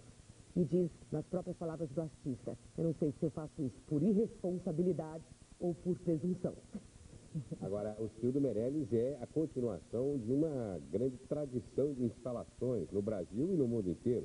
Foi dos primeiros instaladores que seguem aquela escola e aquela inovação das vanguardas que começaram em 65, aliás, na década de 50 com a Lídia Flá, que já fazia aqueles bichos, né? Agora, é evidente que ele amplificou essa forma de se manifestar, que é uma forma adotada pela vanguarda em todo o mundo. E o Bom Dia Brasil está terminando. Nessa edição você viu que 29 pessoas morreram no temporal que atingiu os estados de Pernambuco e Alagoas. Mais de 40 mil pessoas estão... Americana, que fez muito sucesso na televisão brasileira. Papai Sabe Tudo.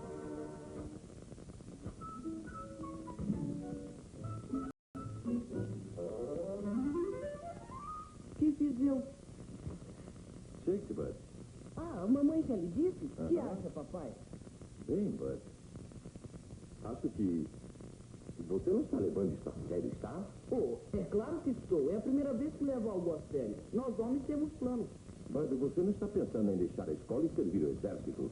Claro que não. Não sou estúpido. Eu acho que Bud raciocina com lógica. Obrigado, papai. Mamãe, está tudo arrumado. Arrumado o quê? Bud, vai para o exército. Ah, um momento, mocinha. Por que essa animação? Estiver em seu quarto.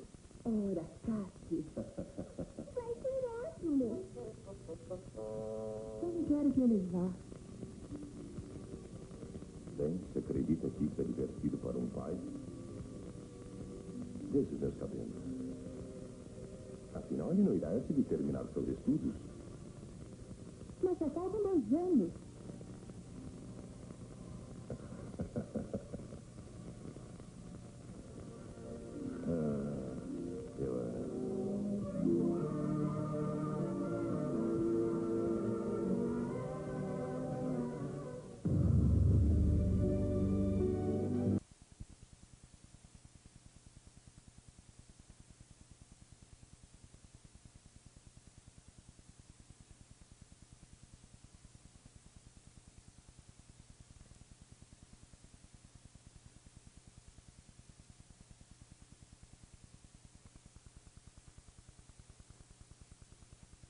depósito de lixo, que não adianta mais reclamar para as autoridades. Aparecida trocou uma casa em São Caetano do Sul por um apartamento novinho em Folha, no Morumbi, com vista para uma área verde. 2 meses depois, avacalharam com o meu sonho. O desgosto é esse terreno particular que vem servindo de depósito de entulho. Aparecida já encheu um álbum de fotografias, tantos foram os flagrantes. Pouco a pouco, o verde foi desaparecendo e as pilhas de concreto, madeira e tijolo não param de crescer.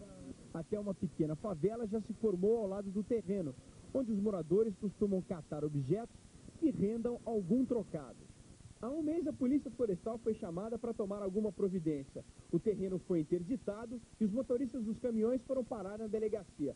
O resultado parecia satisfatório e os moradores chegaram a comemorar. Mas a trégua não durou pouco mais do que uma semana, porque as caçambas voltaram cheias de entulho novamente. Eles começaram a jogar entulho por volta de 1 da manhã até 6 horas da manhã, quando o céu ainda está escuro. Só que de 15 dias para cá eles perderam totalmente a vergonha e têm jogado entulho 7h30 da manhã, meio-dia, 4 horas. A Regional do Campo Limpo já foi acionada, mas nada fez até o momento. Seu Albeniz não aguenta tanto descaso. Mosca varejeira, você vê a tela já está, coloquei faz pouco tempo, já está toda suja, né? Pó que entra, né? A Prefeitura mantém um endereço fixo para receber este entulho. O aterro fica na estrada de Itaquera, 5.889, na Zona Leste. Quem joga entulho em qualquer lugar ou transforma terreno particular em aterro pode ser multado pela Prefeitura ou pela CETESB. No Jardim Colombo, vizinho ao bairro do Morumbi, o mesmo problema. O córrego Itararé, na Avenida Getsemane, virou depósito de entulho. A Prefeitura vem, passa a máquina bonitinha, de repente, já nem meia hora assim, já começa a jogar entulho. Bom, tem que haver punição para esses, isso é vandalismo, né? Você jogar. Olha, a gente mostrou aí, respeito, né? Sim. Mostrou aí uma área que é uma rua, né? Tem uma rua que é uma travessa da rua Deputado Sussu Muirá. Eu sei, inclusive, que eu passo às vezes por aí, exatamente no Morumbi, que liga ali o Parque Bule Marques a Giovanni Gronchi. É um absurdo. Cheio de entulho. As ruas viraram depósito de entulhos, né? E a Regional do Campo Limpo diz que tem só 10 fiscais e que isso não dá para cobrir a área, não. O dono do terreno é que é o responsável por manter essa área limpa. E as multas para quem joga entulho irregularmente podem chegar a R$97 mil. Quem quiser denunciar pode ligar para a CETESB no telefone 0800 11 35 60, para Limpurb no telefone 229 3666 ou para a Delegacia do Meio Ambiente no 259 2801. Bom, só uma coisa aqui, se o dono do terreno é que é responsável por manter o limpo, no caso, então a Prefeitura tem que olhar as ruas, porque estão jogando entulho no meio da rua. Bom, e a Zona Leste da capital é recordista em lixões clandestinos. O levantamento do único delegado do meio ambiente da capital, o Silvestre Serrano, está com o delegado no Globocop, sobrevoando aí uma região. Silvestre, quantos inquéritos já foram abertos para apurar esse tipo de crime? Chico Pinheiro, num prazo de um ano, 29 inquéritos foram abertos pela Delegacia Especial que apura os crimes contra o meio ambiente. Aqui dentro do Globocop, ao nosso lado, está o senhor José Roberto Pedroso, que é o delegado titular dessa delegacia que apura esses crimes ambientais. É uma atividade que dá uma grande rentabilidade, não só para quem joga, como também para quem recebe esse entulho, é isso? É a verdade. O explorador desses lixões, ele recebe lixos de toda ordem, independentemente da origem do lixo. Ele recebe, até em área de preservação ambiental, lixos hospitalares que poluem sobremaneira o lençol freático da região. Agora, nós estamos observando também, Chico Pinheiro, vamos mostrar agora a atividade que está sendo desenvolvida por essa delegacia. Com o helicóptero, semanalmente, o doutor Roberto sai à caça desses terrenos clandestinos que estão recebendo esse entulho de construção civil. O senhor abriu 29 inquéritos. Quantas pessoas já foram presas por causa dessa atividade ilegal? Centenas de pessoas. E não só os exploradores, como aqueles também que se socorrem desses locais para jogar os seus detritos. Agora, Silvestre, só um minuto, eu gostaria de fazer uma pergunta para o delegado. Uma vez que o senhor já recebeu a denúncia e conseguiu acompanhar na reportagem que tem uma área grande no Morumbi, tem a denúncia dos moradores, dá para a delegacia fazer um plantão nessa área e prender as pessoas que forem jogar o entulho no momento em que elas estiverem fazendo isso, dar um flagrante? Exatamente, basta que alguém nos telefone e em seguida eu designarei uma equipe para o local. Qual a penalidade que essas pessoas podem receber por estar fazendo isso? A pena é relativamente rígida, é de 1 a 5 anos de reclusão. É uma pena... Ok, muito obrigado. O SPTV, então, volta daqui a pouquinho.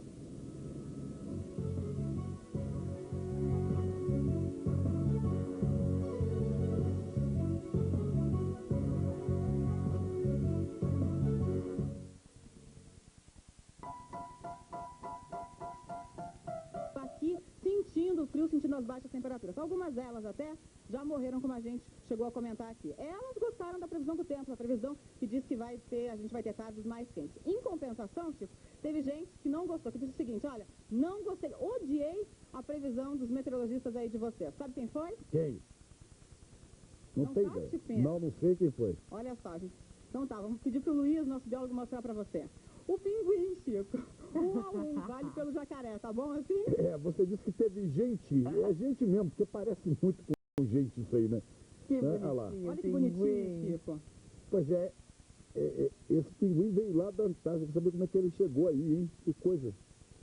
Como é que esse pinguim terá chegado aí? Porque eles estão desembarcando agora no Rio de Janeiro, viu, Patrícia?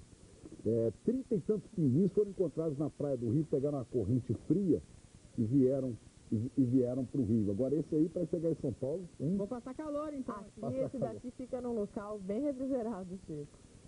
Pois é, vamos agora ao Globocop, as informações do repórter Silvestre Serrano, sobrevoando a capital. Silvestre. Chico, continuamos sobrevoando aqui a Zona Leste e observando os loteamentos, ou melhor, os aterros clandestinos que recebem entulho de construção civil. Doutor Zé Roberto Pedroso, em relação aos terrenos particulares, essas pessoas também estão no alvo, estão na mira da lei. Por quê?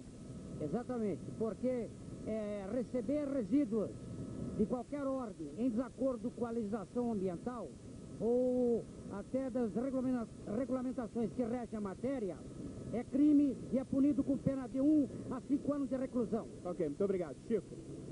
Bom, então daqui a pouco você tem o telejornal hoje, a qualquer momento, novas informações sobre esse acidente aéreo aí na França. O SPTV volta amanhã. Boa tarde. Boa tarde.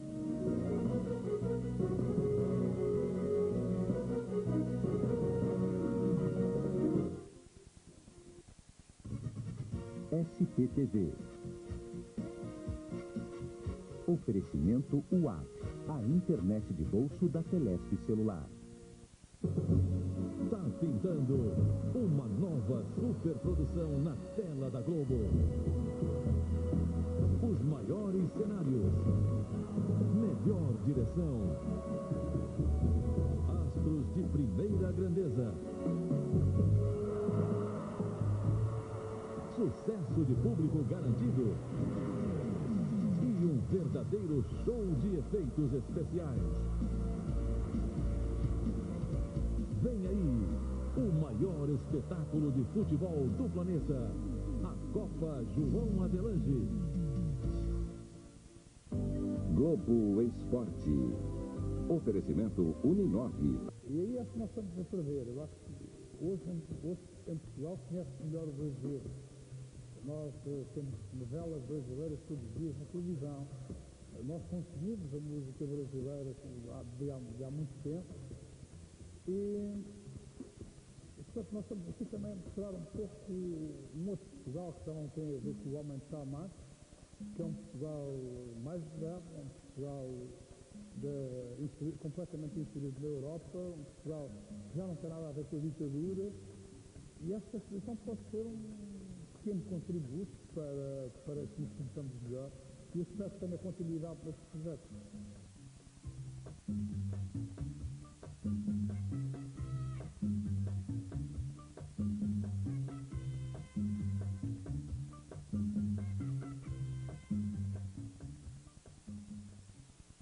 Como conviver em harmonia?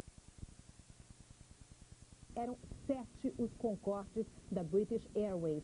Portanto, essas rachaduras não teriam relação com esse acidente. Nós voltamos a qualquer momento com outras informações. Sandra Nemberg, Londres, Jornal Hoje. Confirmados até este momento. O avião Concorde deixou de operar no Brasil em 1982. É um projeto da aviação inglesa e francesa dos anos 70. O governo infectado com o vírus foi encontrado no Central Park, em Nova York, onde aconteceria um concerto ontem. O show foi cancelado e o parque dedetizado. O vírus do oeste do Nilo tem esse nome porque foi descoberto na África na década de 30. Nunca tinha sido encontrado nas Américas até o ano passado, quando matou 7 pessoas e deixou 62 doentes na região de Nova York. O vírus provoca inflamação no cérebro. Não há casos conhecidos do mal do oeste do Nilo no Brasil. Você vai ver a seguir no Jornal Hoje outras informações sobre a queda do avião Concorde perto de Paris. Mais de 100 pessoas morreram no acidente. E a cidade onde o astronauta brasileiro se prepara para sua missão. Até o parque de diversões se inspira nos equipamentos espaciais.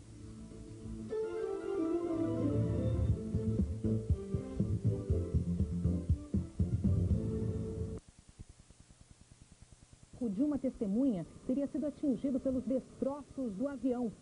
E as informações do aeroporto Charles de Gaulle é que todas as decolagens estão canceladas a partir de Paris, portanto, do aeroporto Charles de Gaulle. Sandra Nemberg, Jornal Hoje, Londres. Você terá outras informações sobre esse acidente com o avião Concorde na França ao longo da nossa programação e a cobertura completa logo mais no Jornal Nacional. Uma boa tarde a todos. E é nada além de corações e mentes dedicados trabalhando. Desde a Challenger, mais de 50 missões de ônibus espaciais decolaram em segurança. Os pinguins começaram a chegar às praias do Rio de Janeiro no dia 7 de julho. Até hoje, já são 57 pinguins que vieram com as correntes marítimas aqui para a região costeira do Rio de Janeiro. Agora, além dos pinguins, o que os bombeiros agora resgataram também foi um tamanduá.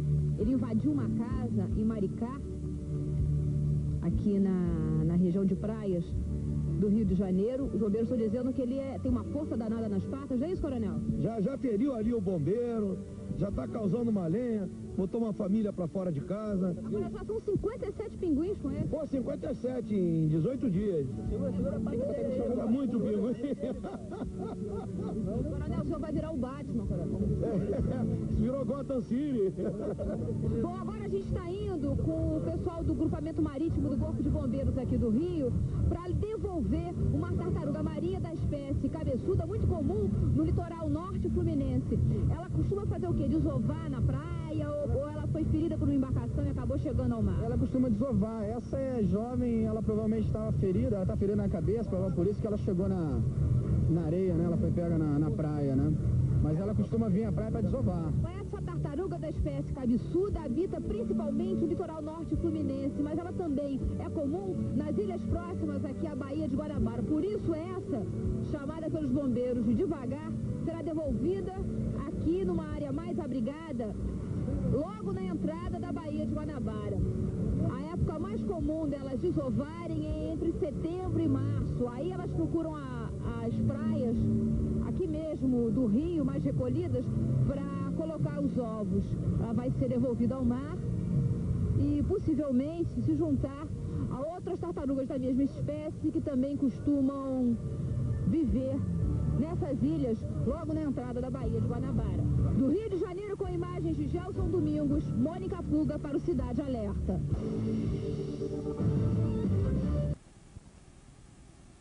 Obras de esculturas em mármore, bronze e granito, que estão sendo roubadas ou danificadas. Agora o cemitério está sendo alvo de um crime ecológico. No último fim de semana, mais de 30 ipês foram envenenados. A pessoa que está fazendo isso sabe como agir. Com uma furadeira manual, ela faz um buraco nas árvores do tamanho de uma caneta. Aqui dentro, ela coloca óleo diesel que mata as árvores. Essas árvores que estão sendo atacadas estão numa área afetas a um único zelador. Ao único coveiro, é o coveiro da área. Ao coveiro da área, né? a pessoa encarregada de fazer a própria limpeza da área. E matando a árvore, ele impede que caiam, continuem caindo as folhas, e assim ele tem menos trabalho em limpar, certo, o chão que fica sujo por ela. O administrador está indignado com esse tipo de ação e afirma que a segurança do cemitério é precária. É que aqui é muito próximo ao centro. A polícia afugenta a pessoa de lá do centro e eles vêm procurar aqui. Mas que absurdo uma coisa dessa. O cemitério da Consolação é considerado área de patrimônio ambiental e a pena para crimes como esse é de 1 a 4 anos de prisão. O que eu posso falar também é que a espada fabrica desde 50 centímetros de comprimento até 10 metros por 1,30 metro de altura, seja para ambiente interno ou externo. É a mais completa linha de painéis que o Brasil tem em produção. E a garantia? Garantia de 1 ano da espada que todo mundo já conhece, quem comprou já sabe. Vamos falar de preço? A partir de quanto? A partir de 12 parcelas de R$57. É um preço muito acessível, né?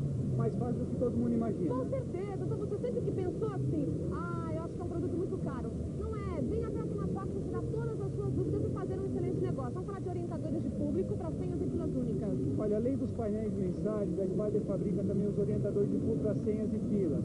Certo. Seja desde o sequencial normal até um orientador completo com estatística, controle médio de atendimento, tempo médio de cada atendente. Toda a linha que precisar para orientar a pública pode contar com a Spider. E tudo isso aqui na Finasoft, certo? Vem conhecer. Para te atender muito bem, então vem até aqui, tá na rua A, esquina com a rua principal. E você pode tirar todas aí, tem que aproveitar. Dá uma olhada, você também encontra aqui, ó, Symantec, que é o software antivírus, líder mundial. Aqui ao lado você tem um jogo, Roller Coaster, é um simulador de parque de...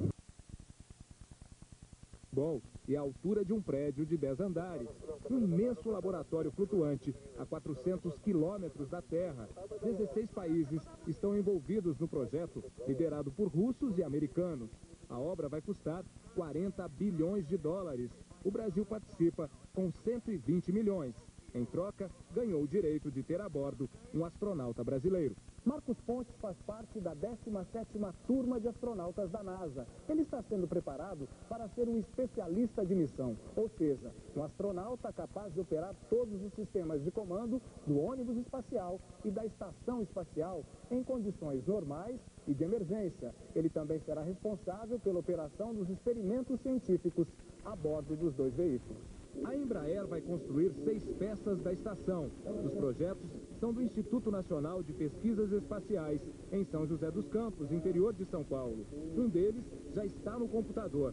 É um suporte de alumínio de 1 tonelada, com capacidade para transportar cargas e guardar experimentos científicos. O maior interesse dos cientistas na estação é o estudo do efeito da falta de gravidade, ideal para desenvolver pesquisas na área da biotecnologia.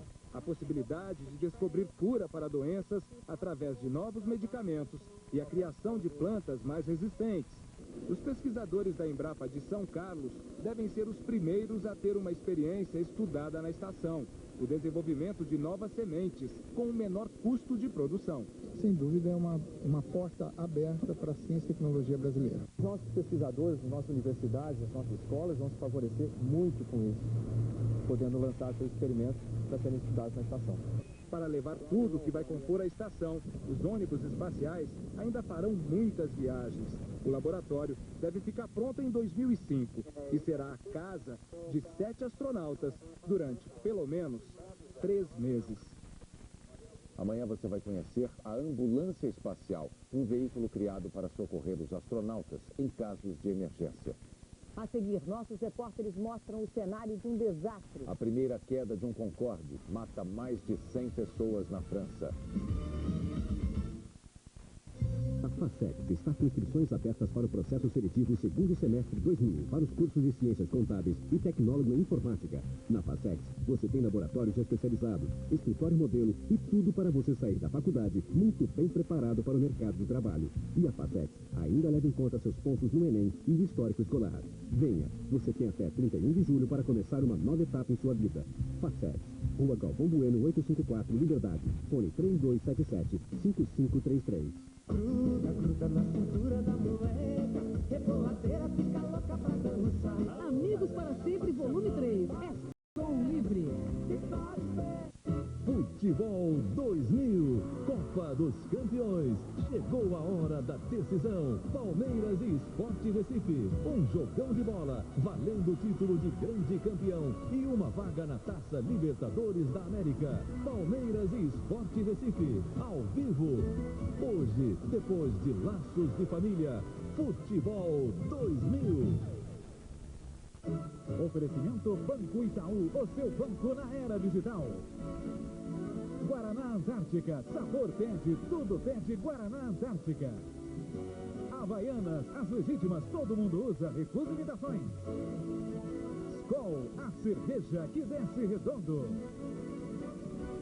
E Embratel, 100% só Embratel.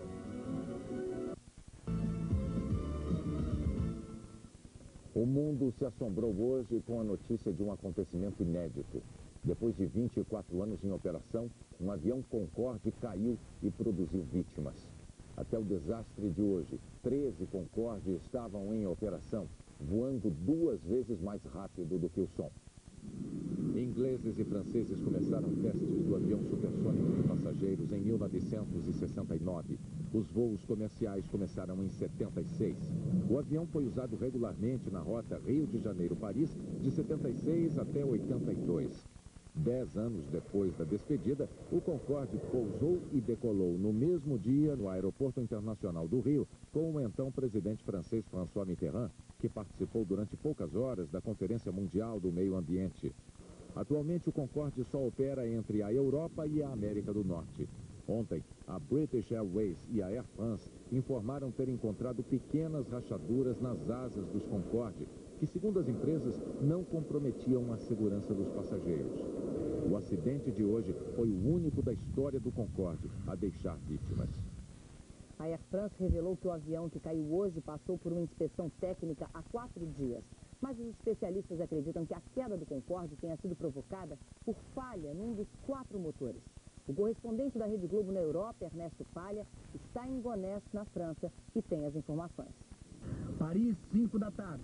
Nova York está a apenas 3 horas e 45 minutos de voo num Concorde. Mas a aventura supersônica dos turistas europeus acaba com velocidade de tragédia.